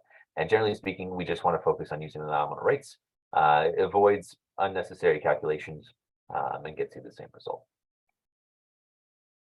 All right, so how exactly are interest rates and inflation related? This comes from the Fisher effect, which is just the relationship between nominal interest rates, real rates, and inflation.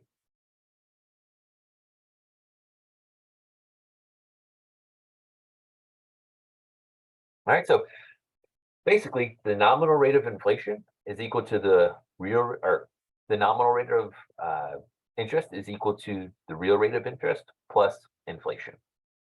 That's a simple way of calculating it, right? We know compound effects are important, so we can also calculate it more explicitly with the compound rate of inflation. That's going to be 1 plus nominal rate. It could be equal to 1 plus the real rate times 1 plus the inflation rate. Right, so this association here gives us the link between the nominal rates of return that we see with inflation and the real rate. Right, so if we wanted to adjust this, if we wanted to look at the real rate of return, all we would do is subtract out inflation. So we'd have the nominal rate minus inflation rate, and that's when we can see that we're dealing with negative real rates of interest at the moment. So everything else equal, when we see this association, we see that as inflation increases, there are going to be increased interest rates as well, right? Often we see central banks reacting in a way to negate that increase in inflation. So holding the nominal rate constant, a higher inflation is going to reduce the real rate of return.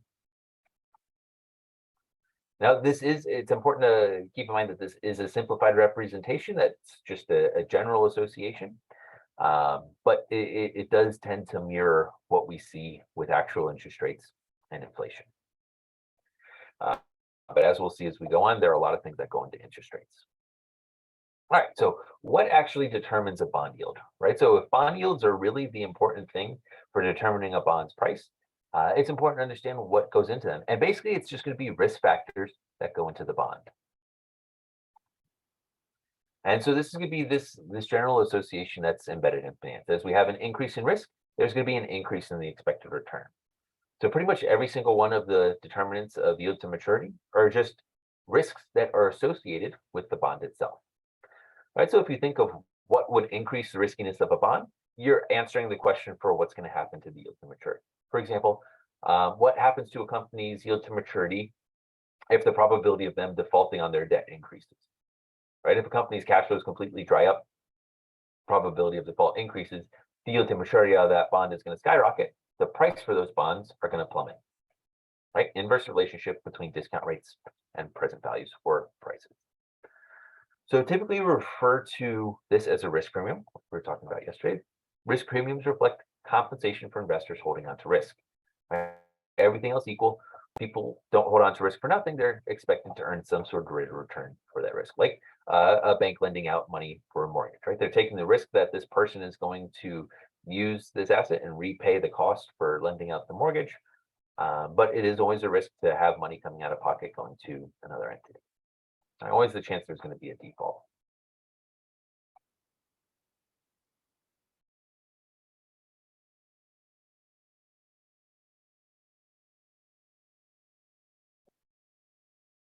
All right, this brings us to the term structure of interest rates, right? As we saw, that riskiness of bond price relative to yield to, or the time to maturity.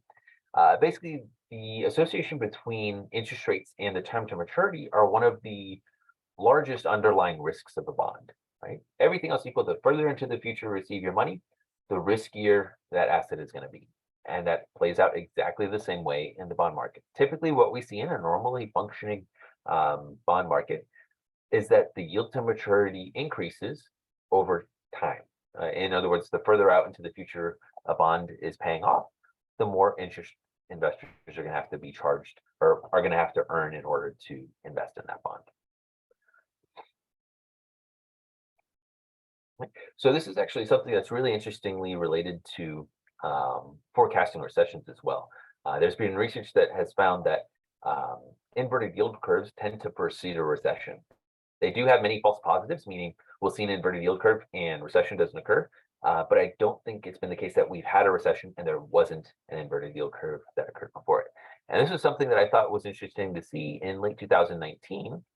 Right, we started seeing the yield curve inverting, right? And at the time, there wasn't really any economic indication that there would be any sort of recession coming up. But if we remember the start of 2020, pandemic started and it ended up crashing, right? So yield curves have inverted before recessions occur, although there have been false positives for it, right? So it's kind of interesting to keep an eye on the yield market because looking at the treasury yield curve is a really common source of economic indicators, right? If there's something going on in the economy, we'll likely see results in stock market, we'll likely see results in the treasury market. So the yield curve inversion is one of those things that people keep an eye out for. Right, so what does it look like today? We actually have a relatively upward increasing, but then sloping off yield curve, right? So basic idea with that is, what's the expectation of future yield to maturities on the bonds outstanding? So we should see something more like this black line from a year ago in a typical functioning economy. But with interest rates increasing, there's this expectation that they're going to continue to increase. So people are waiting to hold on a little bit longer and buy up those longer term to maturity bonds at higher interest rates. All right, so like I said, when we're dealing with yield to maturity, everything that can affect the riskiness of a bond is going to affect yield to maturity. That's going to be the embedded risk factors of those bonds. So when we're dealing with these premiums, which is what we're going to refer to all these risk factors, basically it's just things that affect the riskiness of the bond. Inflation is something that can affect the bond's value. Everything else equal, inflation is going to erode the purchasing power of a dollar, so investors are going to have to be compensated if inflation rates are high, which as we've seen, they have been. And then there's going to be interest rate risk, right? So interest rate risk is that sensitivity of a bond's price to changes in interest rates, which is what we saw in that 2 to 25 year, right? When we look at the 2 to 25 year bond, there's a much larger change in price for that 25-year bond relative to the 2-year bond. So generally speaking, longer term to maturity bonds are going to have higher rates of return or higher yield to maturity and coupons being paid out relative to shorter term bonds. And we also have the treasury yield curve, right? So at least in the United States, right, the treasury is the benchmark interest rate from which all premiums are going to be built on after. Right, so yield on treasury notes and bonds relative to their maturity. Typically, bond costs are going to just start adding up in addition to the treasury yield, right? The T-bill is considered, for all intents and purposes, the risk-free asset in the world.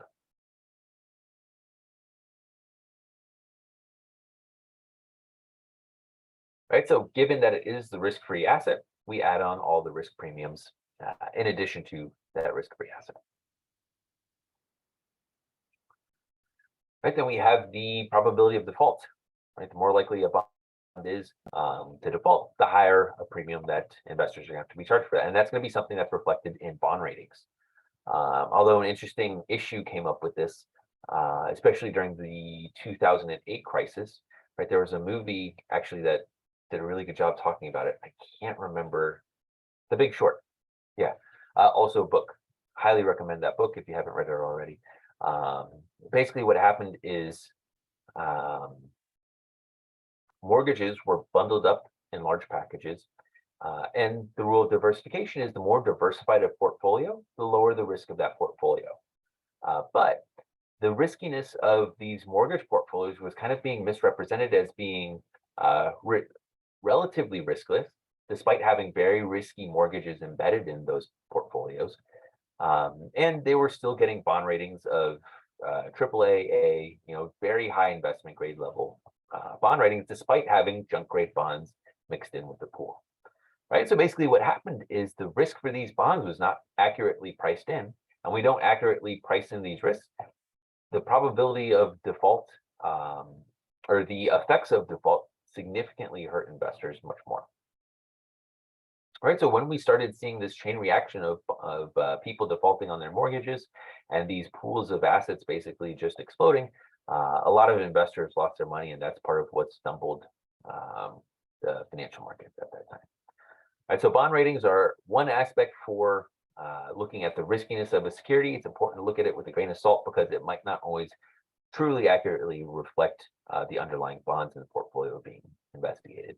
One nice thing, though, when we're looking at bond ratings for a company is they're often going to be tied to the cash flows of that company. And as we saw last class, we know how to measure cash flows. It's something that we can objectively look at. So that's something that we can keep an eye on for a company's specific bond issues and determine for ourselves how likely is that company to default on their bonds in a given time period. Professor Jansen. Yes. I do have a question. Sure. So since we're talking about how they took those mortgage loans and packaged them and basically resold them out, do you think we're kind of going to have that same effect with the situation with prices of homes being more than average, like the prices of homes being sold are like triple or double? Do you think we'll run into that same problem because they are no longer, like, the fair value of the home will probably decrease? That's a great question. I'm not entirely sure. I really don't think I can answer that too well. Okay. There have been some things that have changed since the financial crisis. Unfortunately, we still do see these pools of mortgages that are not fairly rated and valued. A couple things have changed since then that I don't know how it'll affect housing markets. I don't know if we have any realtors that have more experience with it, but one thing that we've seen more of are rent investment companies getting involved in real estate more and renting out homes and stuff like that. So there is kind of a backstop of people with a lot of capital to absorb losses in the macroeconomic sense. But yeah, I can't say for sure either way. Okay. I think I've heard something about how, like, after that event, sometimes in 2010 or 11, that some rule came out for banks to have more like assets in order to back their losses, say like during the recession or during the Great Recession because of the financial or because of the mortgage situation. That's what I heard. So they kind of required them to have more assets to back whatever loss happened. And like there's a strict rule coming out with some kind of certain percentage. I can't remember. Yeah, like tier 1 capital for banks or something. I think I know what you're talking about, because I think they have to have like a certain liquidity ratio. Yeah, It should be over like 100%. But what I'm saying is, with high interest rates and high prices of homes because of like raw materials being sold, and they're like inputting that into the price of the home, when it comes time for like for that person to sell their home, they're not getting the fair value. Like, how would that affect like the economy on a whole is what I'm saying. If that makes sense. I think so. So let me try to restate that. So how are rising home prices and cost of financing for purchasing homes going to affect the economy? Yes. Okay.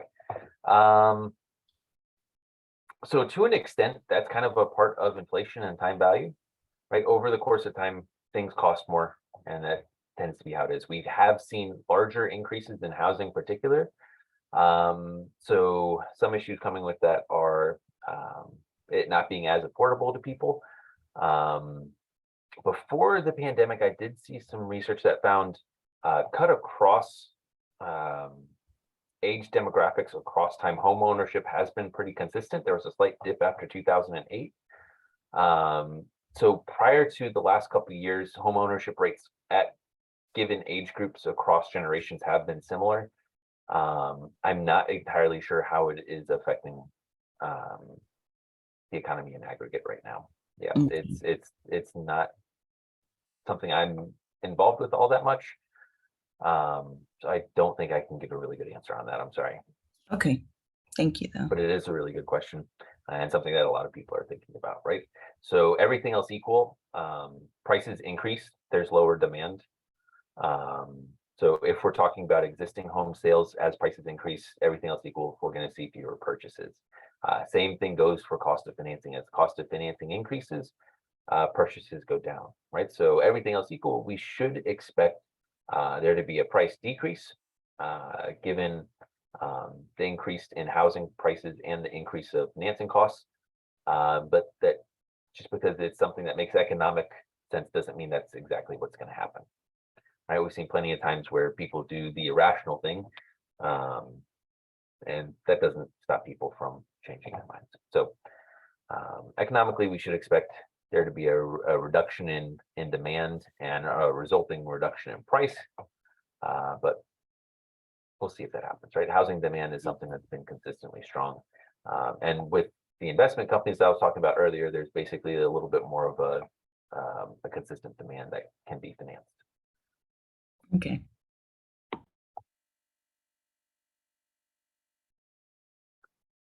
Right, so we have the default risk premium. There's also a taxability premium. Right, so one interesting thing with bonds is we have something called a municipal bond in the United States, and that's something that municipalities, smaller government institutions, can issue that are going to be tax-free.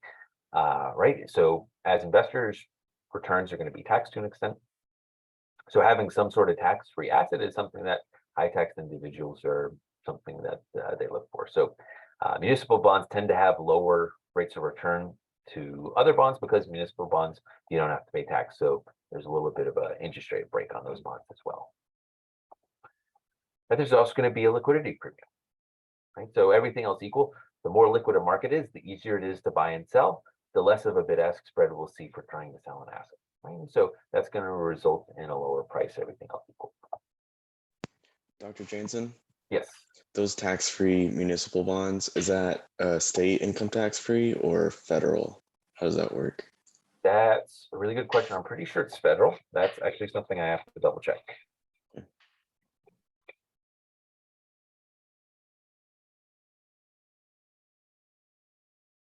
I want to say it's federal, but I have to double check that.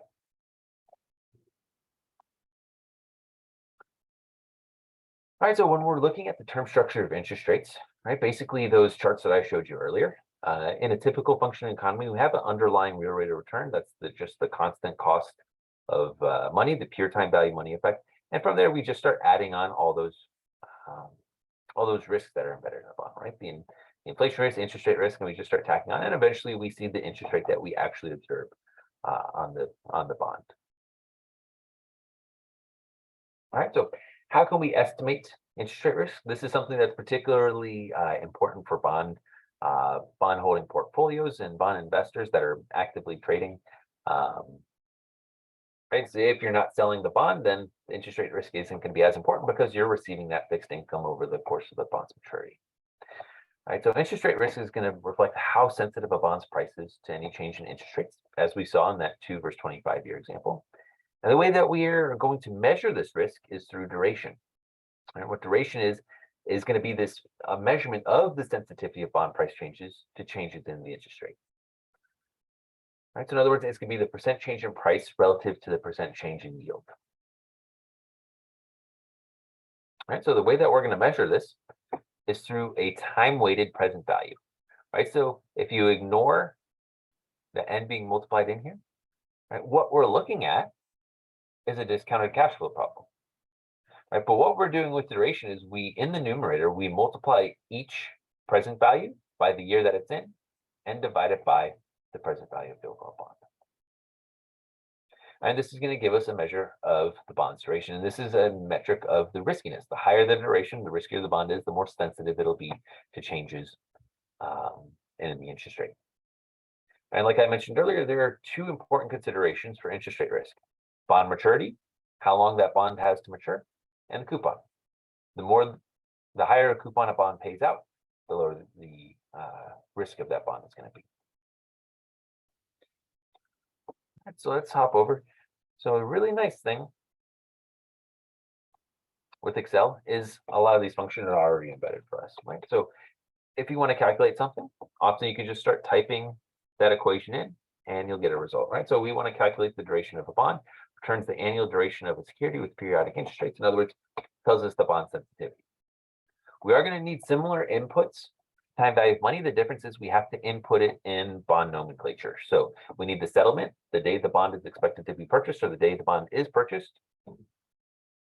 The maturity, when the bond is going to be paying out the par value. The coupon rate.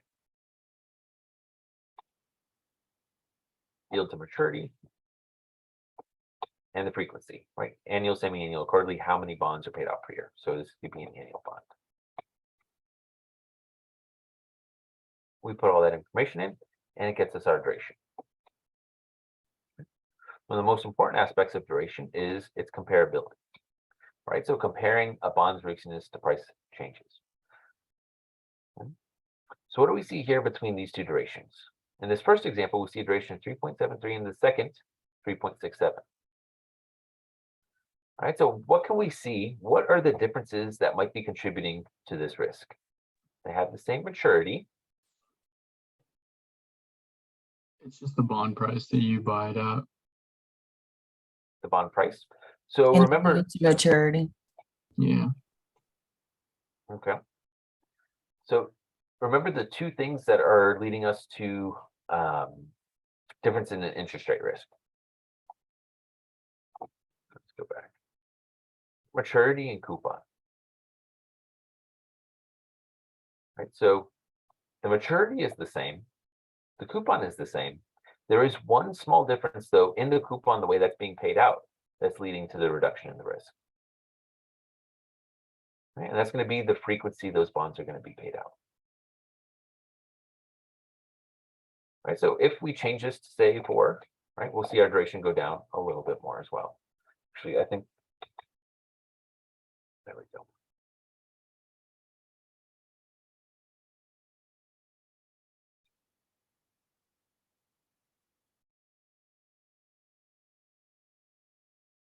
I actually think I was messing around with this a little bit. Those should have all been the same input.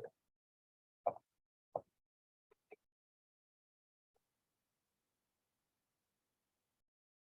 forgot to undo all those changes before I got here. So you were right in calling those out. There were differences in price and yield to maturity. The only difference I was supposed to have in there were the frequency of the coupons. And that's just showing the more frequently we pay out coupons, everything else equal, we'll still have a lower duration.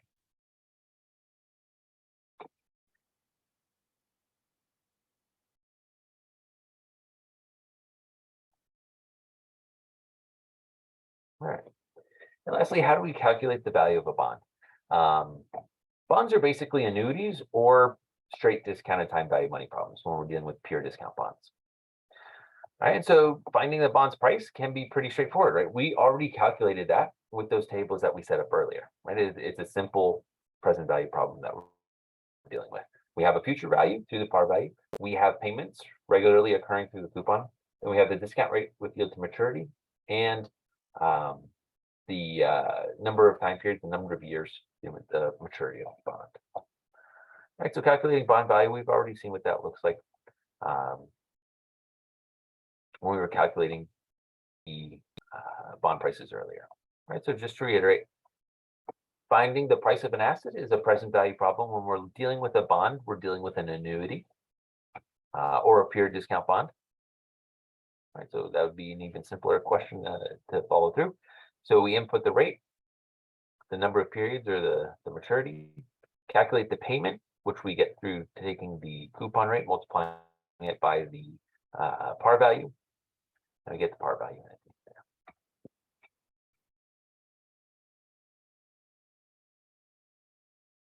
Any questions on bonds?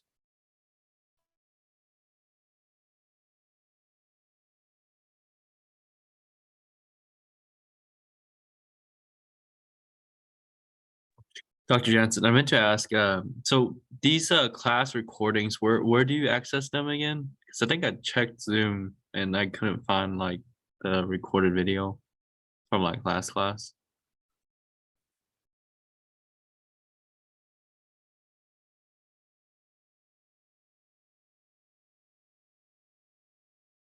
Hello. And thank you, Froze. But you can find them on Panopto. They should be connected there. He listed them under class recordings. He put a Class new thing recordings? on there Okay. today. Yeah, it says class recordings. Okay. Okay, I gotcha. think he just put it on there today. Okay, gotcha. Yeah, the other class I think it was like under like cloud like recording in the Zoom tab or something. So thank you. Thank you all. If you look under content and then class recordings. Yeah, I found that. Thank you.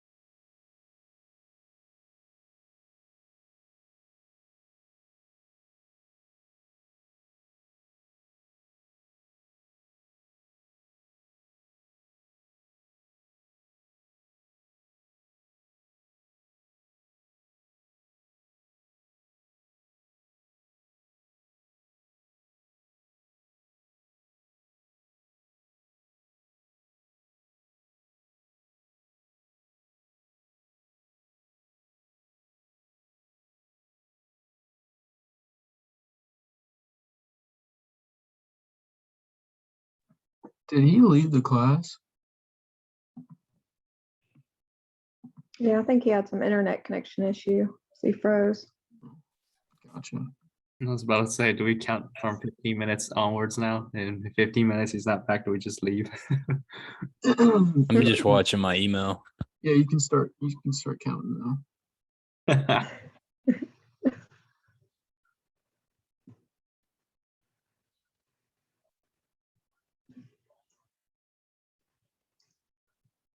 I'm wondering if he can't get back in it because as host, he had to like personally invite us all in. And since he's not host anymore, he can't get in without an invite. That would be pretty funny. Well, Regina, you're the host, Oh, so just watch out. Yeah, if he tries to vote in the Zoom, decline it.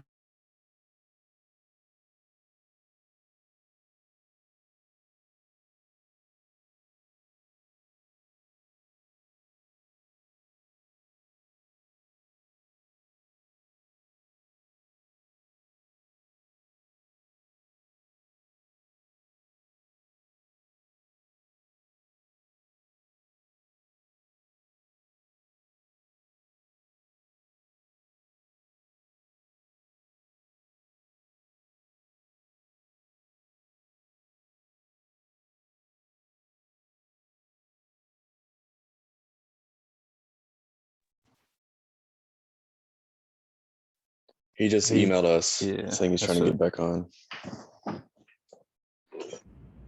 What's the email say? It's not loading for him, but he's trying a few things to get back on.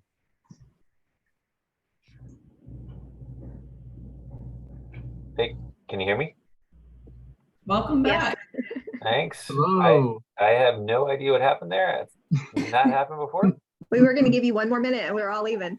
It's the 15-minute rule, right? Yeah. Without any repercussions. Well, thanks for giving me the extra minute there. All right.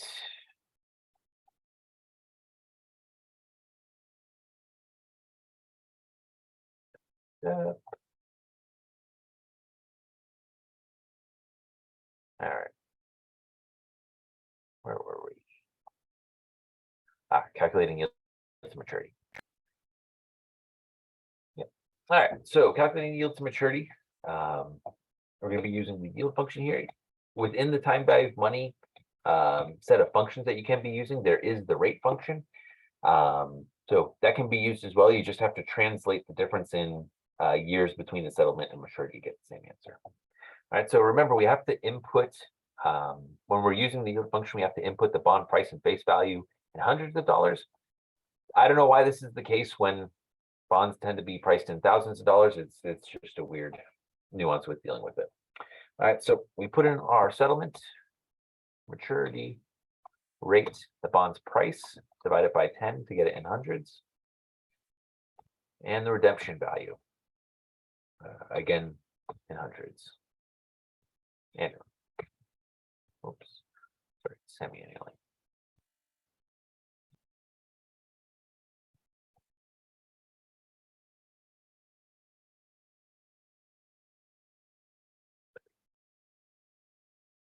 Right, so with that information, we have a yield to maturity of 5%. All right, so this is again reflecting the association between the coupon rate and the yield.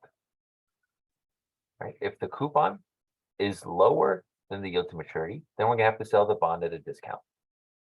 If on the other hand, the bond is priced at a premium, if it paid, let's say 6%. Oops. I didn't set the function up for the bond price to be related. Let's say it's there we go. Right, so it would be selling at a premium with an annual coupon of 4%. So there's always going to be this opposite association here. Right.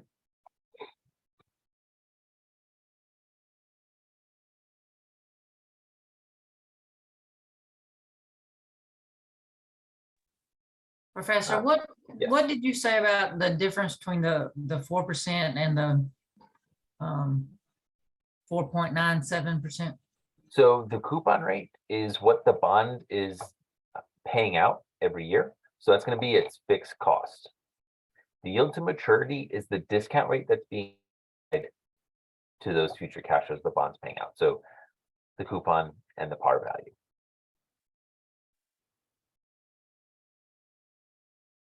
So that's the difference between the 4 and the 4.97. The 4%. is the annual coupon. The 4.97 is the discount rate. And these are going to be related to the bond's price relative to the face value.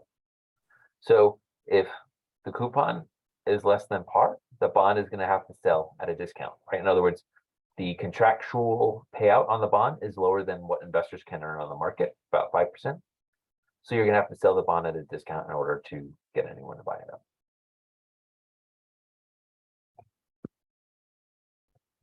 Any other questions? I have one. Why do we divide by 10? I'm not entirely sure. It's just kind of what we have to do when we're using the yield function. It's kind of like having to put a negative sign on the input for present value. This makes a little bit more sense because the idea is we're supposed to have cash inflows and cash outflows, and so that's what the negative sign reflects. I don't remember why we have to put the bond prices in hundreds of dollars when they're usually in thousands.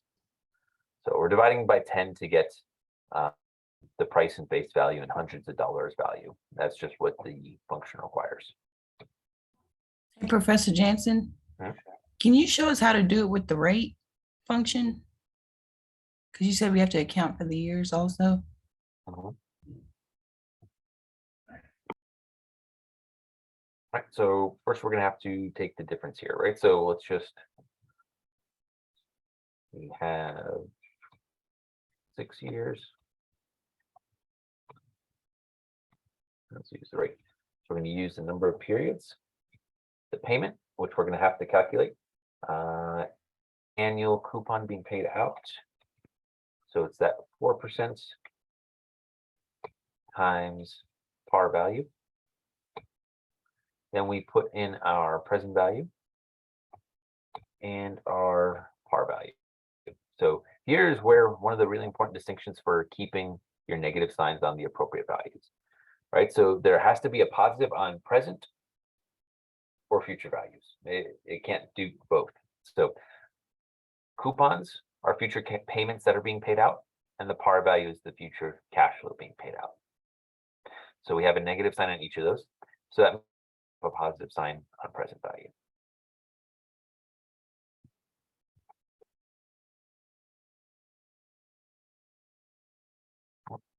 So I probably messed something up in rounding this over. Maybe there's an extra day I'm missing, but that's going to be why we're getting a different rate there. I didn't calculate the exact difference between those.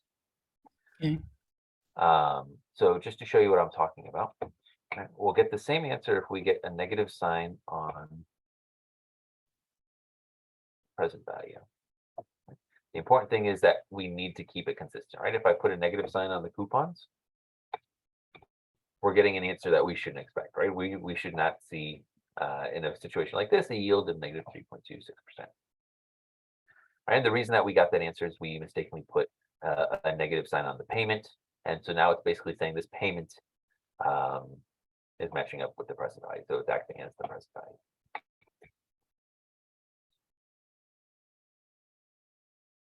Any other questions?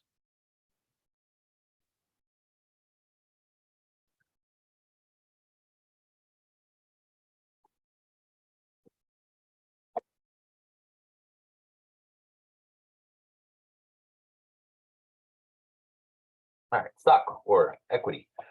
This reflects ownership in a company, and this is a residual claim of a company's cash flows, meaning after all other stakeholders in a firm have been paid out, then the stockholders have claim to the company's cash flows that are being generated. And there's two basic forms, public and private. Right? With private, that's the most common. That's going to be individually owned companies. And then we have public, something like Amazon, Google, right? Large public companies, which have the highest total market value outstanding. All right, so there's a few different ways that we can talk about equity. In general, it means ownership. It can also refer to the dollar value of your ownership. So have $100 worth of a given company, or the total shares outstanding. Right. So very often, if you pay any attention to business news, you'll see that the stock market and companies listed on it get a lot of attention. Right. So why is that the case? So one of the major reasons the stock market gets a lot of attention is financial markets react much quicker to news and information than broader economic information does, right? Like when we're trying to classify a time period as being a recession. At the start of the pandemic, the stock market reacted very quickly and very rapidly, whereas it took a long time for economic data to actually come out that we were actually in a recession for a time period. That's one of the big reasons that stock market has a lot of attention paid to it, is it's just financial markets respond a lot quicker to economic data, right? The same is the case for information on treasury yields and such. It can also reflect changes in economic conditions, right? Typically, we see markets going up in positive conditions, and if we start seeing drops in the stock market, that can be a signal, similar to how the inverted yield curve can come before economic downturns. Stock market drops tend to come before we actually see the economy decline. Also, there's a lot of wealth tied up in the stock market, right? So a lot of people have vested interest in seeing what's going on. Although generally speaking, it's best to not pay much attention to that if it's going to result in you making decisions with investment portfolios. People have a tendency to make bad decisions when they try to trade money. So time and again, evidence suggests that best course of action is just passively investing savings in a low-cost indexed ETF over the course of a career that can result in generating a significant retirement portfolio. One interesting thing to keep in mind is the aggregate bond market is much larger than the stock market, but the stock market is more active and transparent. So that's one interesting little difference between the two, right? Companies go to bond markets very, very frequently, at least relative to stock markets, right? It's not uncommon for large companies to go on the bond market several times a year. Whereas with the stock market, typically, once they publicly list their stock, it's much rarer for them to have a season equity offering, which is raising more money from the stock market, right? The only time companies themselves get money from the stock market, capital from the stock market, is when they issue stock, either the first time they issue, seasoned issues after their first issuance, right? The buying and selling that's going on in the stock market is happening in secondary markets, so that's going to individual investors, not the company itself. Right, so like any market, stock markets are going to have buyers. Right, generally speaking, buying a stock means that you're going long on the stock, think it's going to go up over time. And then you also have sellers, right? So going short the stock, you can also sell financial assets without necessarily holding them. Right, being short the stock typically means you think the price is going to go down. And then you also have the facilitators, bridging together the buyers and sellers, right? The market makers. So that's going to be something like brokers who help arrange security transactions, dealers who hold inventory on behalf. And this is kind of the way it works for any typical market. We see the same thing in the bond market with the buyers, the sellers, and the intermediaries. Basically, the intermediaries help to match the buyers and sellers in a given market. And so like I mentioned earlier, the only time companies actually get capital from the stock market is through their primary listing, their initial listing, the initial public offering. Right, that's when companies actually raise money through the stock market. When their securities actually start trading on their secondary markets, that's going to be when they're traded between investors. So something like the New York Stock Exchange or the NASDAQ here. And that's where we as individuals are typically going to be dealing with securities. It's on the secondary market. I'd say the only time companies raise money are primarily through IPOs and SEOCs and equity offerings that they may issue once they've already listed on a public exchange. Right, so when we talk about time value of money and exponential growth over time, right, one good way to look at it are stock markets over time. So we do see much more volatility time to time, but we still see the exponential growth that we can average out over time. Right, so financial markets are a lot more volatile than we can typically just model in simple time value money frameworks, but we still see the exponential growth that underlies the basics of time value of money. One really interesting thing, and actually I've got to dig out one of my old research papers to show this, is we have data going back to the 1920s on public stock markets here in the US. And it's really interesting to see when you scale up that whole time period and just zoom in on different parts. This is basically what the stock market looks like over the course of its entire history that we have to date. Right. The interesting thing is the further back you look, right? So for example, if we were to zoom in this section here, it would look similar to this larger section that we do clearly see these ups and downs going on during. All right, so basically this is just the effect of exponential growth going over time. The latter time periods, we can really see this volatility, right? Especially recently with this huge decline at the start of the pandemic. But we still see these declines. The further back in history we go, the smaller these dollar values are relative to what we see. So these drops that we see here seem relatively small in magnitude just because of how much the market has grown overall. Right, so at the start of this time period was in May 1992. This New York Stock Exchange, so this is just a index trying to mirror the holdings of companies listed on the New York Stock Exchange, started at $2,500. Then at the end of that time period, this was actually taken this morning, is about $15,000 overall, right? So clearly a large increase. Another good way to see that exponential growth is looking at companies listed on the NASDAQ, which is actually going to be in many ways a much riskier group of companies. Typically tend to be younger, less profitable, not generating much cash flows. Right, as we can see during the drop in the tech bubble, right, there is risk embedded in the stock market. Right, when people say no risk, no reward, stuff like this is the risk they're talking about. Stuff like when we saw the start of the pandemic, those sorts of drops. Right, there is obviously risk involved in it, but the longer horizon that you have in investing in the stock market, basically the more you can ride out those drops over time and eventually see that exponential growth. Right, which is exactly what we see in any way that we chop up looking at the stock market. Over a long enough time period, we do see these crashes, right? At this time, people thought there's no way that the tech industry can recover from this sort of lows. And it did take a very long time to actually start generating higher returns again, but that's exactly what we saw. Right, so there are real risks for losing money within short time periods, but over longer time spans, and the more diversified portfolio that we hold on to, the less likely it is that we're going to completely lose all the money in our portfolio.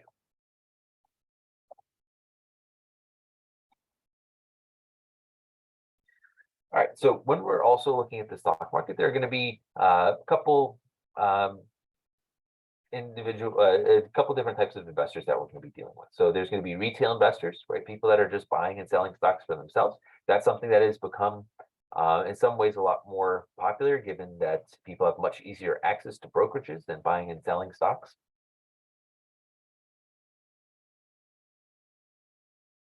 And then we have institutional investors or professional investors. All right, so these are going to be more investors who are buying or selling, typically on behalf of funds that they employ or on behalf of other investors. And so that's going to involve all of the sorts of banks and commercial investment companies that are going to be involved in buying and selling securities. One really important thing to keep in mind and why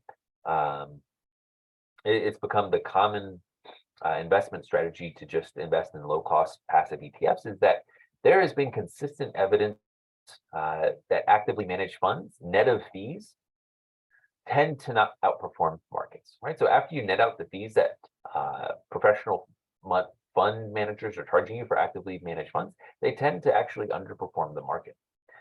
So typically that's why we see the recommendation and also the resulting switch from going from active investing, so giving your money and being charged additional fees for actively having your money managed, to passive investing, where there's been a large rise in people just passively holding on to shares through low-cost ETFs.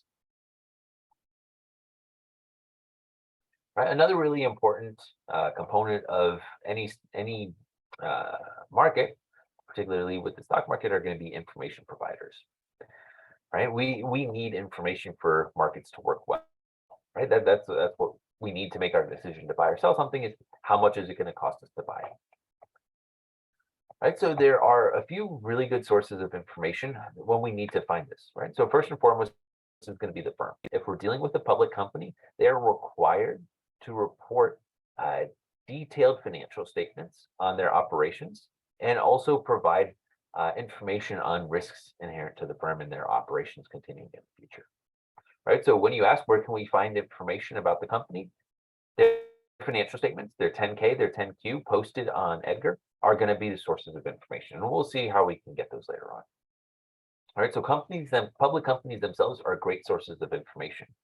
But if you want a little bit more digestible bits of information, which is understandable because their reports are laborious to get through, there are going to be analysts, right? Very often, analysts will give you information about, whether you should buy or sell a stock, give you their opinions on how the company is performing. A lot of brokers actually have embedded these analyst reports in any sort of stock analysis that you're going to look at. So you're getting free information on the analyst when evaluating whether or not to buy a stock. News outlets very often will be reporting actively on companies' ongoings, especially if there's something interesting going on with the company. And also fellow investors. This is something that's really come about a lot more with basically just the internet, like everything else with the internet, right? And just other people who are interested, may not be professionals, but still have spent a lot of time trying to understand and develop understanding of companies, right? So there have been a lot of blogs and other sources of information that have come out that can provide information to investors. One interesting aspect of financial markets is how quickly they react to information. So that's part of the reason why financial economics has grown so much over this last century as a field, is that we have a lot of information that we can use to study and understand things and try to make better decisions, right? But sometimes we also see that stock markets have a tendency to overreact to information, right? So for example, the pandemic, that was one of the largest and quickest crashes we've ever seen in the financial market that recovered within a year, right? So if we look at previous crashes, right, the 2008 financial crisis, it took place over a longer time period, right? Whereas towards the end of 2007 here, where things start going down, all the way up to around 2009, where it bottoms out, right? So usually we've seen that while there can be days where there are huge drops, right? Like in the 80s, that flash crash drop, very often we see that there's a relatively slow drop relative to this pandemic crash, and then slow increase from there. But during this pandemic, we saw a really large crash along with a really quick recovery. Right, so that was a really interesting thing to see, and something that there's been some speculation on is that markets are reacting a little bit quicker because we now have these algorithms that are structured to basically automatically trade on information. Basically, when they all dogpile on the same sort of information, that can cause chain reactions where we might see these sorts of crashes. So there's some speculation that that might be some of the volatility we might have seen over that time. It'll probably take a while to really uncover why we saw that rapid decline and increase afterwards. All right, so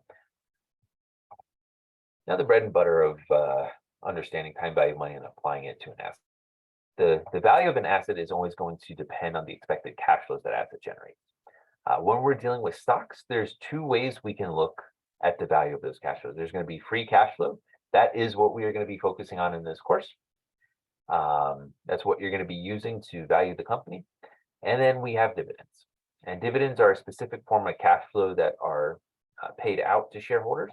And it's what, especially early on in our field, when it started formalizing and developing the equations that we have available to us today, dividends were the initial source of cash flow that were used to help value companies. All right, so a dividend is a payment that companies make to shareholders, typically in the form of cash, sometimes in the form of additional stock in the company. And it basically just reflects a return on capital for shareholders. It's something that's paid on at the discretion of board of directors, technically. But in reality, once a dividend is starting to be paid, companies stick with paying that dividend. In other words, dividends are pretty sticky. So that's an important attribute of dividend because it's something that can be valuable to us to use in perpetuity models. Typically, we see that dividends are residual from profits. So one thing that means is once companies start paying dividends, they tend to be relatively profitable, right? In other words, the company expects that they'll be able to continue dividends if they start paying them out. And investors react very strongly to any unexpected changes in dividends, especially on the downside, right? So if out of seemingly nowhere, a company decides that they have to reduce their dividend being paid out, the stock market is going to react very strongly and very negatively towards that information. There are other ways that companies can distribute value to shareholders. Repurchases are one of them. And that's just companies buying back shares from the open market typically. And that's going to reduce the number of shares that are outstanding, right? And so basically, if we look at a company as the overall pie, if there's less people to distribute that pie between, then each remaining shareholder gets a larger slice of that pie. However, repurchases are not sticky, and they're not strictly speaking, they're not a cash flow, right? So they're not a good way to evaluate the value of the stock. Typically, they're just a residual decision where if the company doesn't want to commit to increasing or paying out dividends in the first place, share repurchases can be a way to distribute value to shareholders, just in the form of increasing the value per share.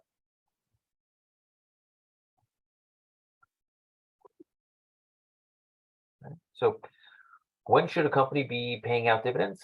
This is something we're going to get more into later on in the term, but basically the best way to look at it is looking at the company's return on investment and comparing that to the return on investment investors can make on the overall market, right? So generally speaking, if the company can earn, say, something like 12% and the average market return is something like 8%, then companies are better off holding on to their capital, reinvesting in themselves because they're earning a better rate of return than their shareholders would get otherwise. If on the flip side, a company is only seeing a rate of return of something like 4% and the market's earning an average of 8%, then any excess capital would maybe be better off paid out to shareholders, because rather than getting an internal rate of return of 4%, investors can go take that dividend, invest it in the market, and earn 8%. All right, so optimally, the decision to pay out dividends would solely be based on the investment opportunities of the firm and the market conditions, what they're expected to earn on the overall market. That being said, actuality, that's often not what companies do. Like I mentioned, dividends are sticky. So right off the bat, we know that that really isn't how companies behave, even though it would be optimal for them to do so. And there are investors that just prefer receiving dividends. For a very long time, there's a common way to structure retirement portfolios. Right, those dividends were a source of income for retirees. So in some ways, some investors do really prefer having those dividends being paid out.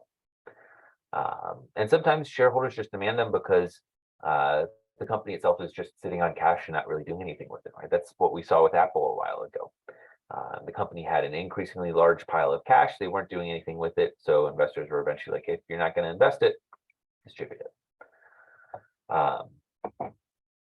Right? And repurchases are a bit easier to do because there's no expectation of maintaining a repurchase program. Whereas when dividends start paid out, there is an expectation that the company will continue paying out those dividends.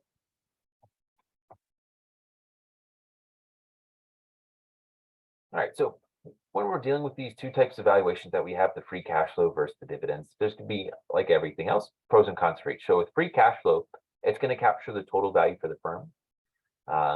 Right, cash flow is the end-all measure of value. It's the metric of being paid to the capital claims holder last in line. And it's going to be applicable to every company that we're going to be dealing with. Downsides to free cash flow, it's going to be built on a lot of assumptions, and it's going to be relatively difficult and tedious to put together. Right, dividends have the exact opposite issue. They're going to be very simple. So that's one of the upsides. Dividends tend to be sticky, right? Meaning they tend to grow at a relatively consistent rate. On the downside, we really should only be using this for companies that are paying dividends. And over time, we've seen that fewer companies are paying dividends, right? About 100 years ago, it was more common for companies to be paying dividends overall. And we've seen a steady decline in the number of companies and the proportion of companies that are paying out dividends. In some ways, it might be too simple. It's ignoring a lot of the relevant operational performance of companies. So that's not good to ignore those. And in addition to us having to pay out a dividend, or at least having a comparable company that pays out dividends, with this increasing unlikelihood that companies are paying dividends, it's an increasingly unapplicable model to use to value a company.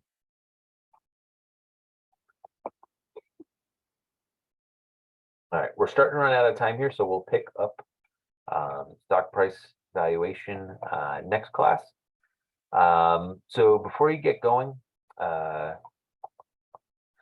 please make sure over the next week to pick out a company that you want to have listed and double check on D2L that it's not already claimed. Let me actually pull that up.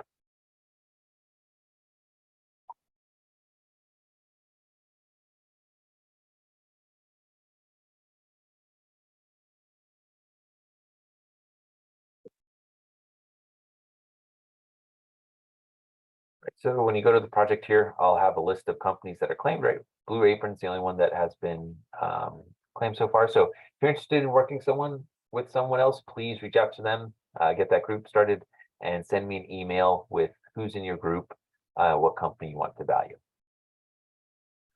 All right. Any questions before we get going? For the group, how many people? Go ahead. For the group, do you have a limit? Oh, I think I forgot to list that. Up to 3 people. Okay. And then for the company, does it have to have a certain amount of years of data available, or? Oh, actually, that's a great question. So to make it easier on yourself, I strongly recommend using older companies that have been listed for a while. That's going to make it much easier for you. So you don't have to, but it will be easier. Okay, thanks. Yep. Any other questions? All right. Well, I'm sorry about that bug out. We're starting to cut it close here on time. Try to make up for it next class. So yeah, get me those companies, get signed up for your A2 classes, and I hope you all have a good week. Oh, and make sure you finish reading those course notes if you haven't already done so. I do have a question real quick. Sure. Do you know when this video will be posted on D2L? I'll probably get it posted tomorrow. So I added Okay, a new section under the Zoom area, class recordings. So I'll be posting links there for each class. So I'll get this uploaded tomorrow. Dr. Jansen, did you say you were going to form the groups, or we're just going to form the groups ourselves? No, you form the groups. You can work on it by yourself if you'd like, or with up to 2 other people.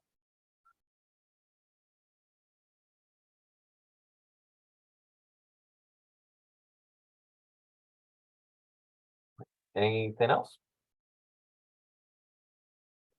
All right. Yeah. So make sure you're working through the problem set as well. Double check what we had been over on that.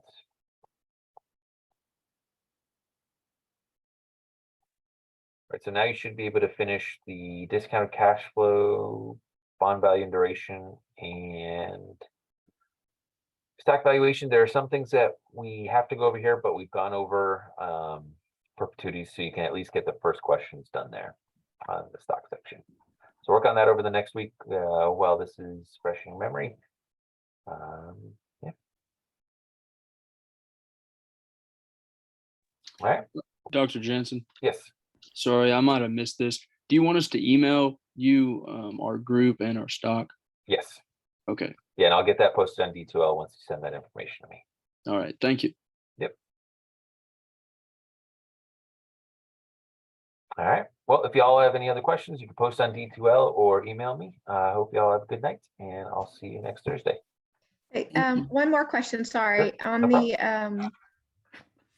On the article that we were supposed to read, the Warren Buffett, were we supposed to be posting a discussion about that anywhere? Or? No, I'm going to have some discussions posted for some of the other articles that you're going to be reading. Okay. Okay. But that's going to be starting in a couple weeks. Okay. Gotcha. And I'll let you all right, know when that's up. Okay.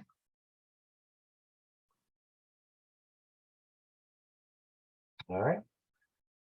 Well, I'll see y'all next week. Have a good night. All right, thank you. All right, thank you. Thanks. Right, thank you.